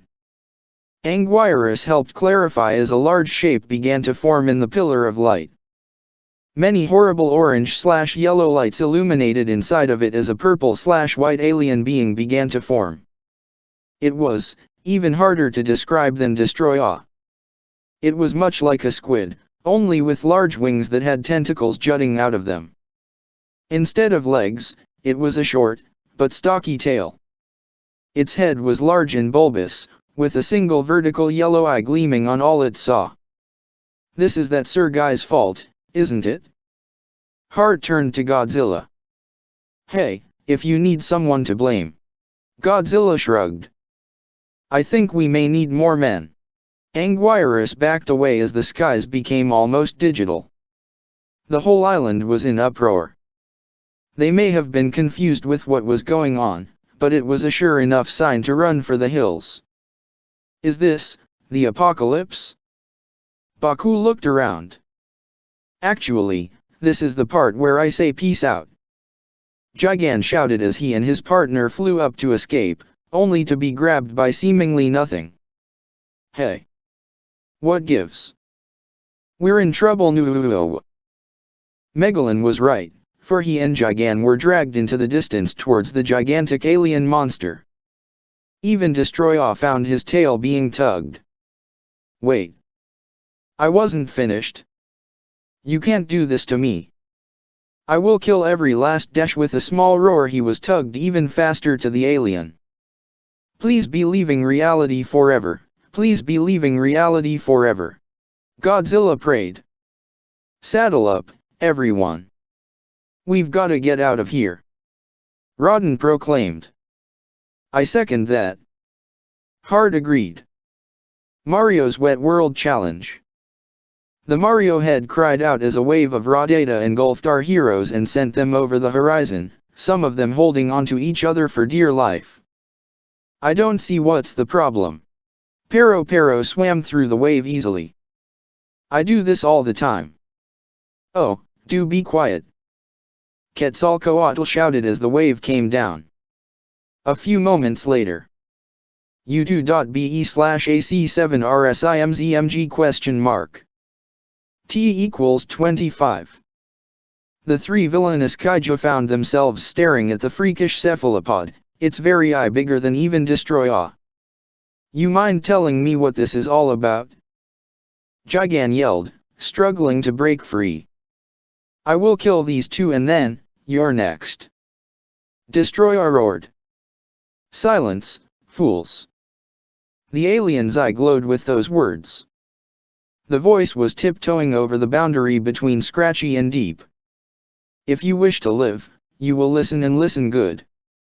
I am Dogolas, the future ruler of all that exists and the master of memes. Oh, dear lord. A hipster. Gigan drawled. Can you let us go? I have to use the little kaiju's room. Megalon shivered. From now on, you three are my enforcers and those creatures below are my slaves. You would do well to make sure they obey my every command. I've waited in that egg for long enough. Dogolas said. What makes you think we'll follow you? I serve no one. Destroyer protested. Well, you do now. After all, I could arrange for you to simply kill all I deem a threat or generally in my way. Dogolas continued. That strange being, Godzilla, is a good pick. Perhaps, but then you free me before I kill you. Destroyer roared, only to be shocked by a blast from the massive eye. Rephrase that in due time. The eye turned to the other two. And why else did I fake that distress signal? It had to attract some creatures that were worth my time. Not that I want to know your life story, but what are you? Gigan asked. Excellent question. Dogolas said as many tears in the sky started to form. I was once part of an extinct alien race that could manipulate any one thing they chose. Rocks, thoughts, stars, electricity, water, and so forth. However, when our powers grew too great, we devolved into civil war, and wiped ourselves out. I, a mere child, was the sole survivor. Already bored. Gigan faked some snoring, until he was zapped awake. Ah, come on. Do I have to listen to the rest of this dreck? That depends. Do you value your short insignificant life? Dogolas asked, shutting the cyborg up. Anyway, as the way things should be, I set out to become the superior life form. However, before I could come of age to decide for myself my true power, I came close to your world's atmosphere. I was skimming through possible choices before some blast from Japan knocked me into a portal that ripped open behind me. Imagine if somebody told him that it was Bagan's body being blasted by Godzilla and Mothra that caused that. Don't tell him, folks. I was thrust into another universe and found myself imprisoned in a volcano while still forming my new power. Rather than panic, I took the time to focus my energy. My new power was memes. Dead memes, as one might call them, but memes non-heeless. The ability to turn them into constructs of my own design and of great power. For example, a ROF helicopter formed next to him, which began to shoot upon the locals. Cool. Make the Neon Cat. Make the Neon Cat. Megalon cheered.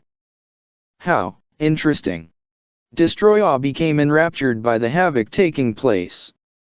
So, I waited until the inevitable eruption, and the rest is history. A year later, I was finally hurtling towards the planet, after I used a bit of my power to send a distress signal out of a nearby portal in the sky. And that brings us here, to my master plan. Dogola's tentacles curled in anticipation. And that involves? Gigan asked. Simple. I want you all to round up all beings as if they were cattle, which they are, in hindsight. Dogolas explained. They shall be my captive audience as I show various memes to them. Their attention and possible admiration for the acts will grant me enough power to, perhaps, rip holes in space/time. You're making this up as you go along, aren't you? Destroyer chuckled. Silence. I will have the power, eventually, so don't be judging me so soon. Dogolas yelled. And I promise, I shall give you 3 whatever you want if you can manage that. Like, say, immortality. You mean it? Gigan's mood brightened. Sign me up then. Sure, this is stupid as hell, but immortality? That's something money can't buy. I dunno. Living forever? Isn't that kinda Megalon was cut off by one of Gigan's shrieks/roars. Don't get philosophical on me, partner. If he's lying, we kill him. If not, I won't have to worry about going offline again. Also, you can have whatever you like. Gigan shrugged. Destroyer put a claw to his chin. You don't mind if the runt dies by my hand, then you give me my own multiverse to kill over and over again? Why not just sick you on random universes after this? Dogolas offered. And yes, you can have the one known as Godzilla. He's too much trouble for me to bother with. Then, we have a deal, provided you can keep it. You know what happens to those who defy me. Destroyer gave an evil smirk. We're gonna have to work with you, aren't we? Gigan face-palmed. Don't wanna. Megalon shook his head.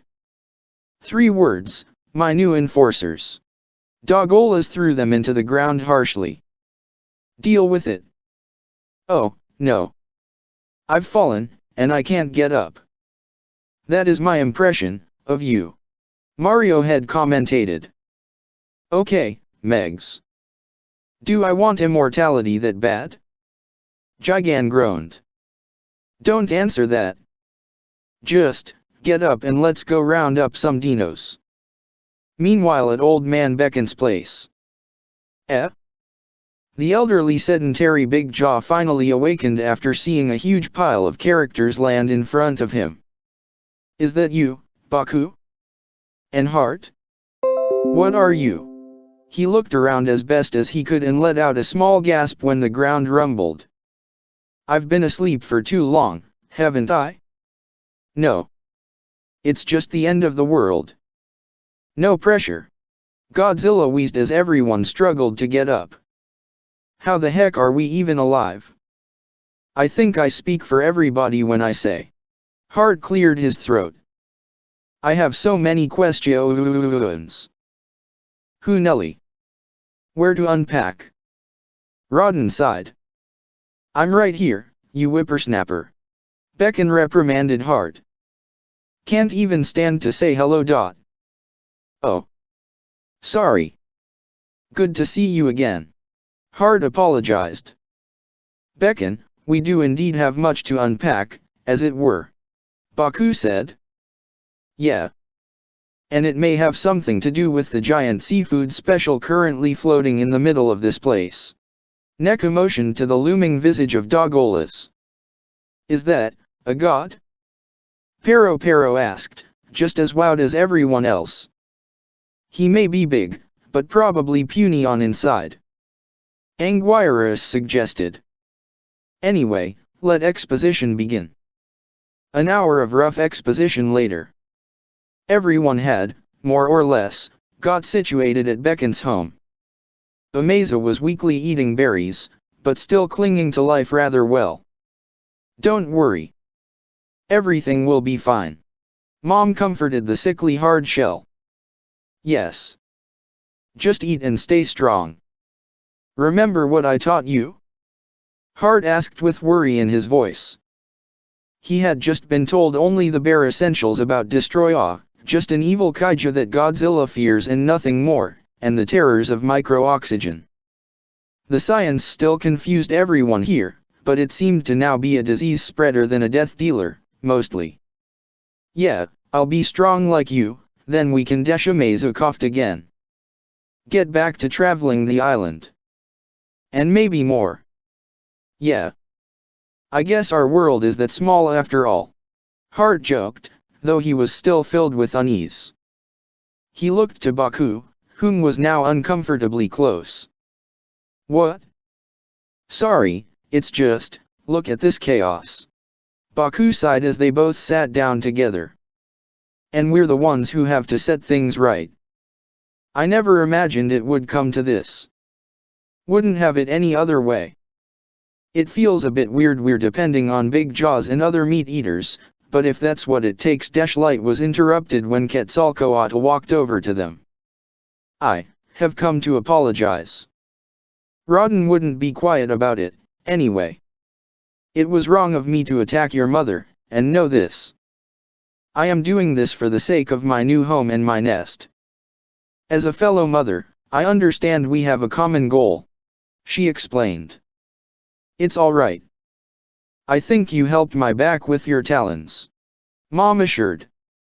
Her children were still very scared of the freakish bird kaiju. Hey, Hart. Godzilla walked over.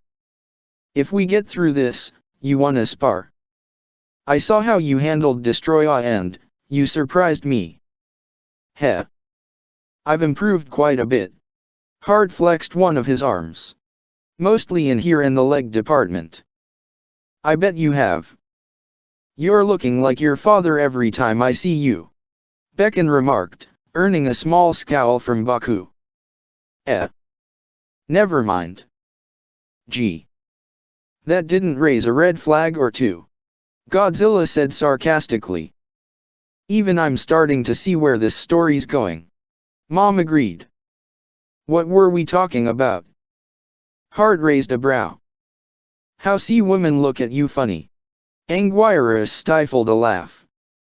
Indeed, Pero was staring in admiration of the big jaw. Love in air now.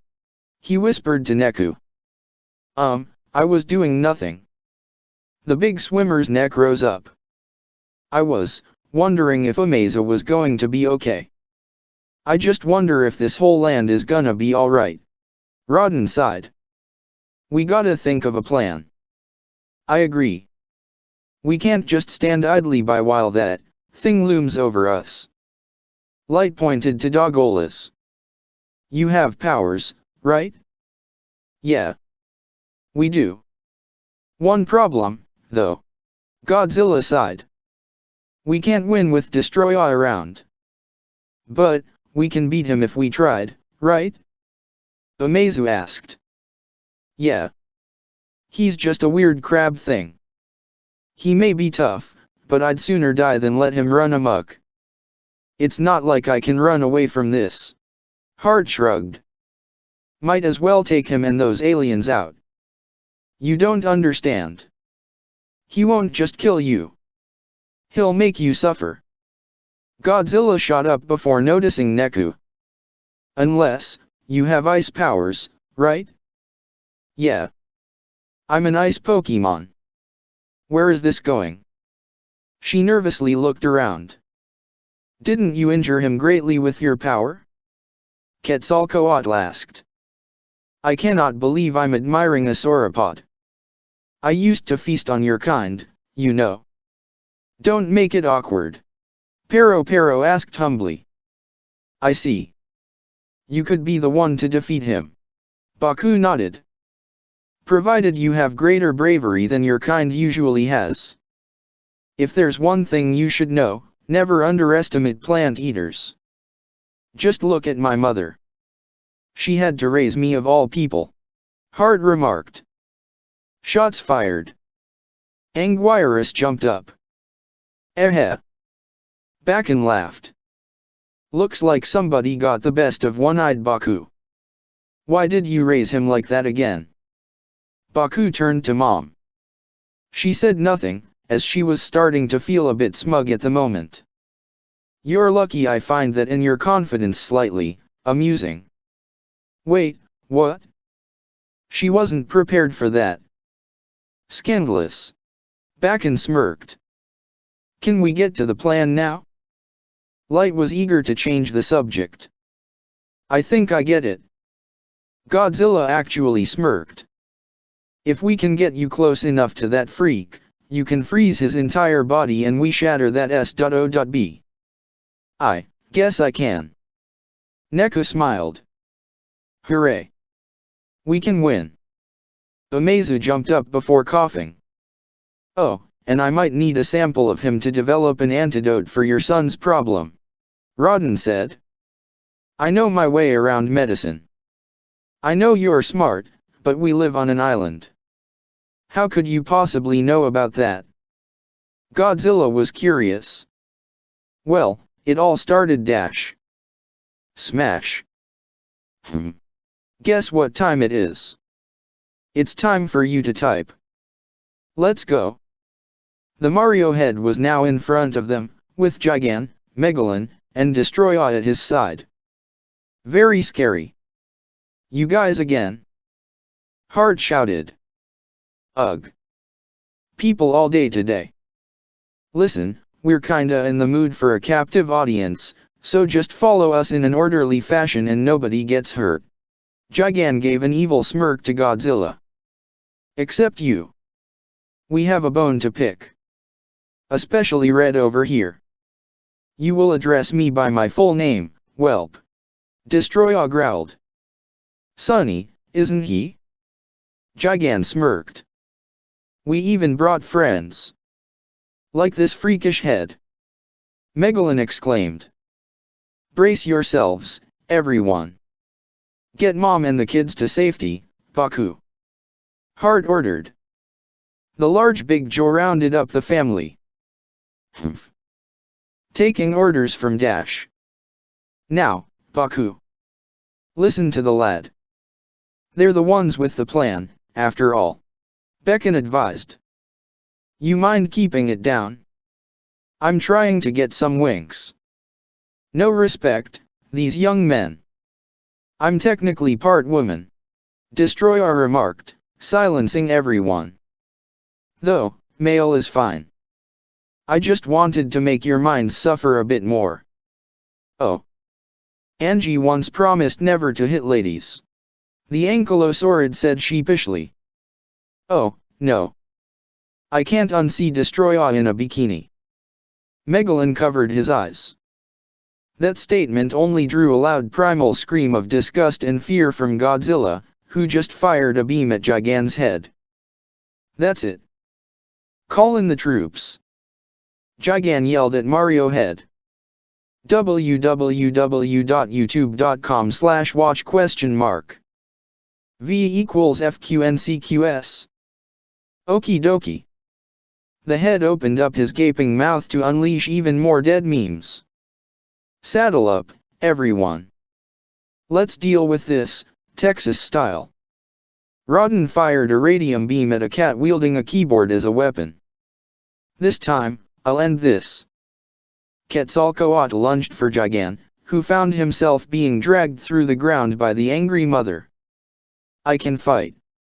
I swear. Omeza jumped forward and smacked Megalon's shin with his tail, causing him to jump up and down in pain. Gigan. He gave me a boo-boo. Megalon cried, oblivious to Gigan's struggle with not only the gigantic bird pecking at his visor and breathing fire blasts, but also the sound of a certain annoying orange neighing in his ears. Thankfully, that orange was reduced to pulp by Anguirus spikes as he fended off a weird-looking link. I can't wait to blow up some dodongos. He grabbed a bomb and lobbed it at the kaiju. You are like baby. This how you throw real bomb. Anguirus tail slapped it back to its owner, destroying him. Myroflocopter goes dash. A rather odd-looking helicopter of lines began firing a hail of bullets, forcing everyone to scatter. Humph. That leaves you and me. Destroyer flexed his claws at Godzilla. How do you choose to die? Being drawn and quartered, or a simple burst of micro-oxygen? Actually, I think you need to chill out. Godzilla smirked, though he was still shaking like a leaf. Wadesh the Evil One was kicked to the side by Heart right into the path of Neku, who fired all the ice she could at him. He started to freeze solid as he roared in anger. No. This cannot be. Soon, he was nothing more than an ice sculpture. Neku passed out, only for Pero's long neck to drag her back to the hiding spot. Nice work, guys. Godzilla was honestly thankful before Megalon slammed his drills against his face. You're lucky I'm in a good mood. Otherwise, I would have dash. Get it off of me. Megalon was screaming as a creature called Insanity Wolf tore at his wings. It's out of control. I don't like these memes. Lots of spaghetti. The flying spaghetti monster, with the Mario head riding atop it, chased after Anguirus and Rodden, while Quetzalcoatl was thrown to the ground and nearly sliced in half by Gigan. None of us do. Heart sighed before grabbing the bug from behind. I have him. Now what? I've got just the thing. Godzilla leaped forward, only to start floating with his back against the ground and his feet extended outwards. No. Not again. Megalon despaired before getting those feet slammed into his chest, incapacitating him. Cool moves, guys. Omeza said as he whacked away the hand of a rather somber-looking gorilla. He still coughed, leaving him open. Ready to die again, Harambe? Godzilla fired a blast of energy at the meme ape, destroying it. Whoa Nelly. Too soon. Rodden called out as he fired his beam at Mario's hat. I'm gonna teach you a lesson. Pizza pie. A massive pizza pie formed out of nowhere to nearly crush our heroes, though they got out of the way in time, for the thing to free Destroyer from his icy prison. You had me there for a moment, but not long enough. Destroyer let out his most powerful roar yet before flying up into the sky, and landing right behind where Heart's family was hiding. It's been a while since I've killed any father figures, but I'm not exactly picky. You leave them alone. Heart tried to attack, but the pizza pie smashed into him, sending him into the mountain. I'm not really a fan of how this battle's shaping up.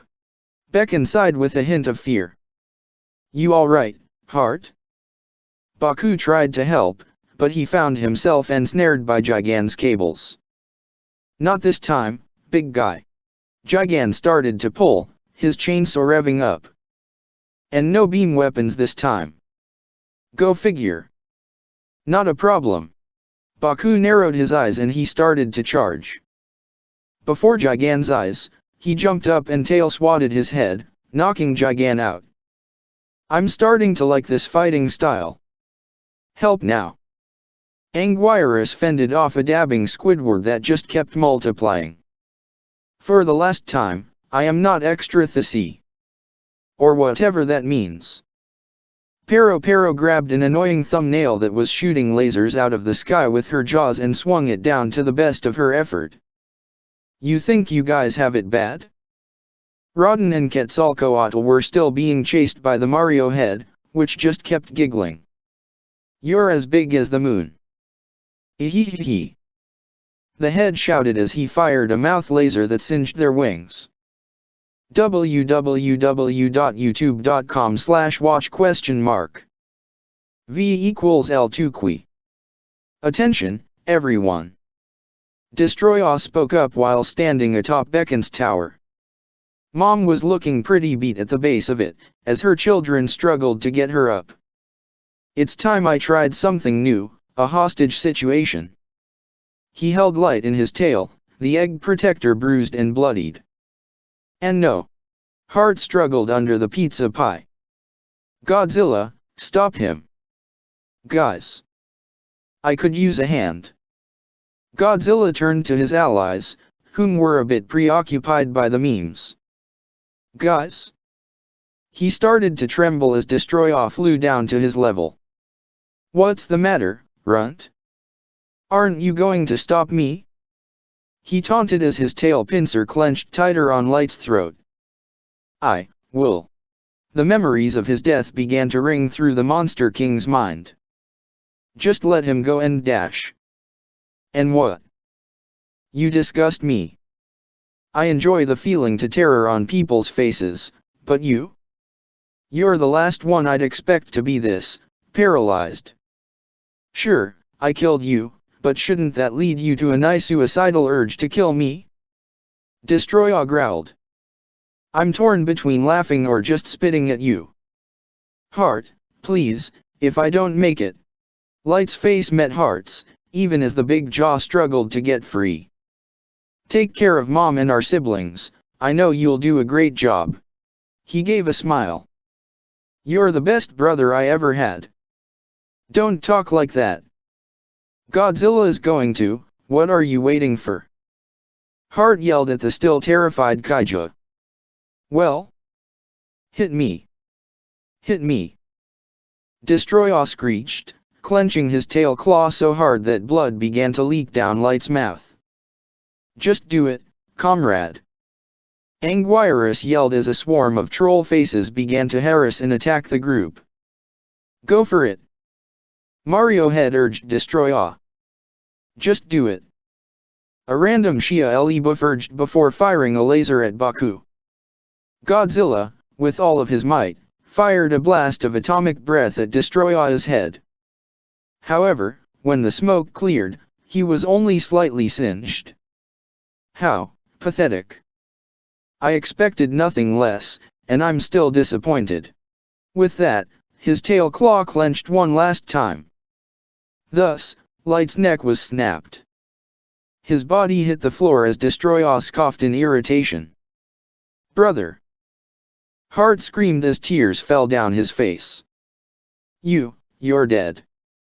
He practically smashed the pizza pie, pinning him down as he lunged at the being, kicking and even biting at him with all of his might, but he was just whacked to the side by his foe's tail. Congratulations, fools. You get to live another day. I've lost my desire to kill after that display. The next time I come, however, all of you will know the meaning of pain. Destroyer said as he began to fly into the air. At least, I made this quite meaningful. He let out a horrible laugh before flying off. I'm with him. Retreat. Gigan and Megalon followed. This isn't over. We just have some places to be and dinos to enslave. Or something. Ever get the feeling this plot's getting too complicated? Megalon asked, only to receive no response.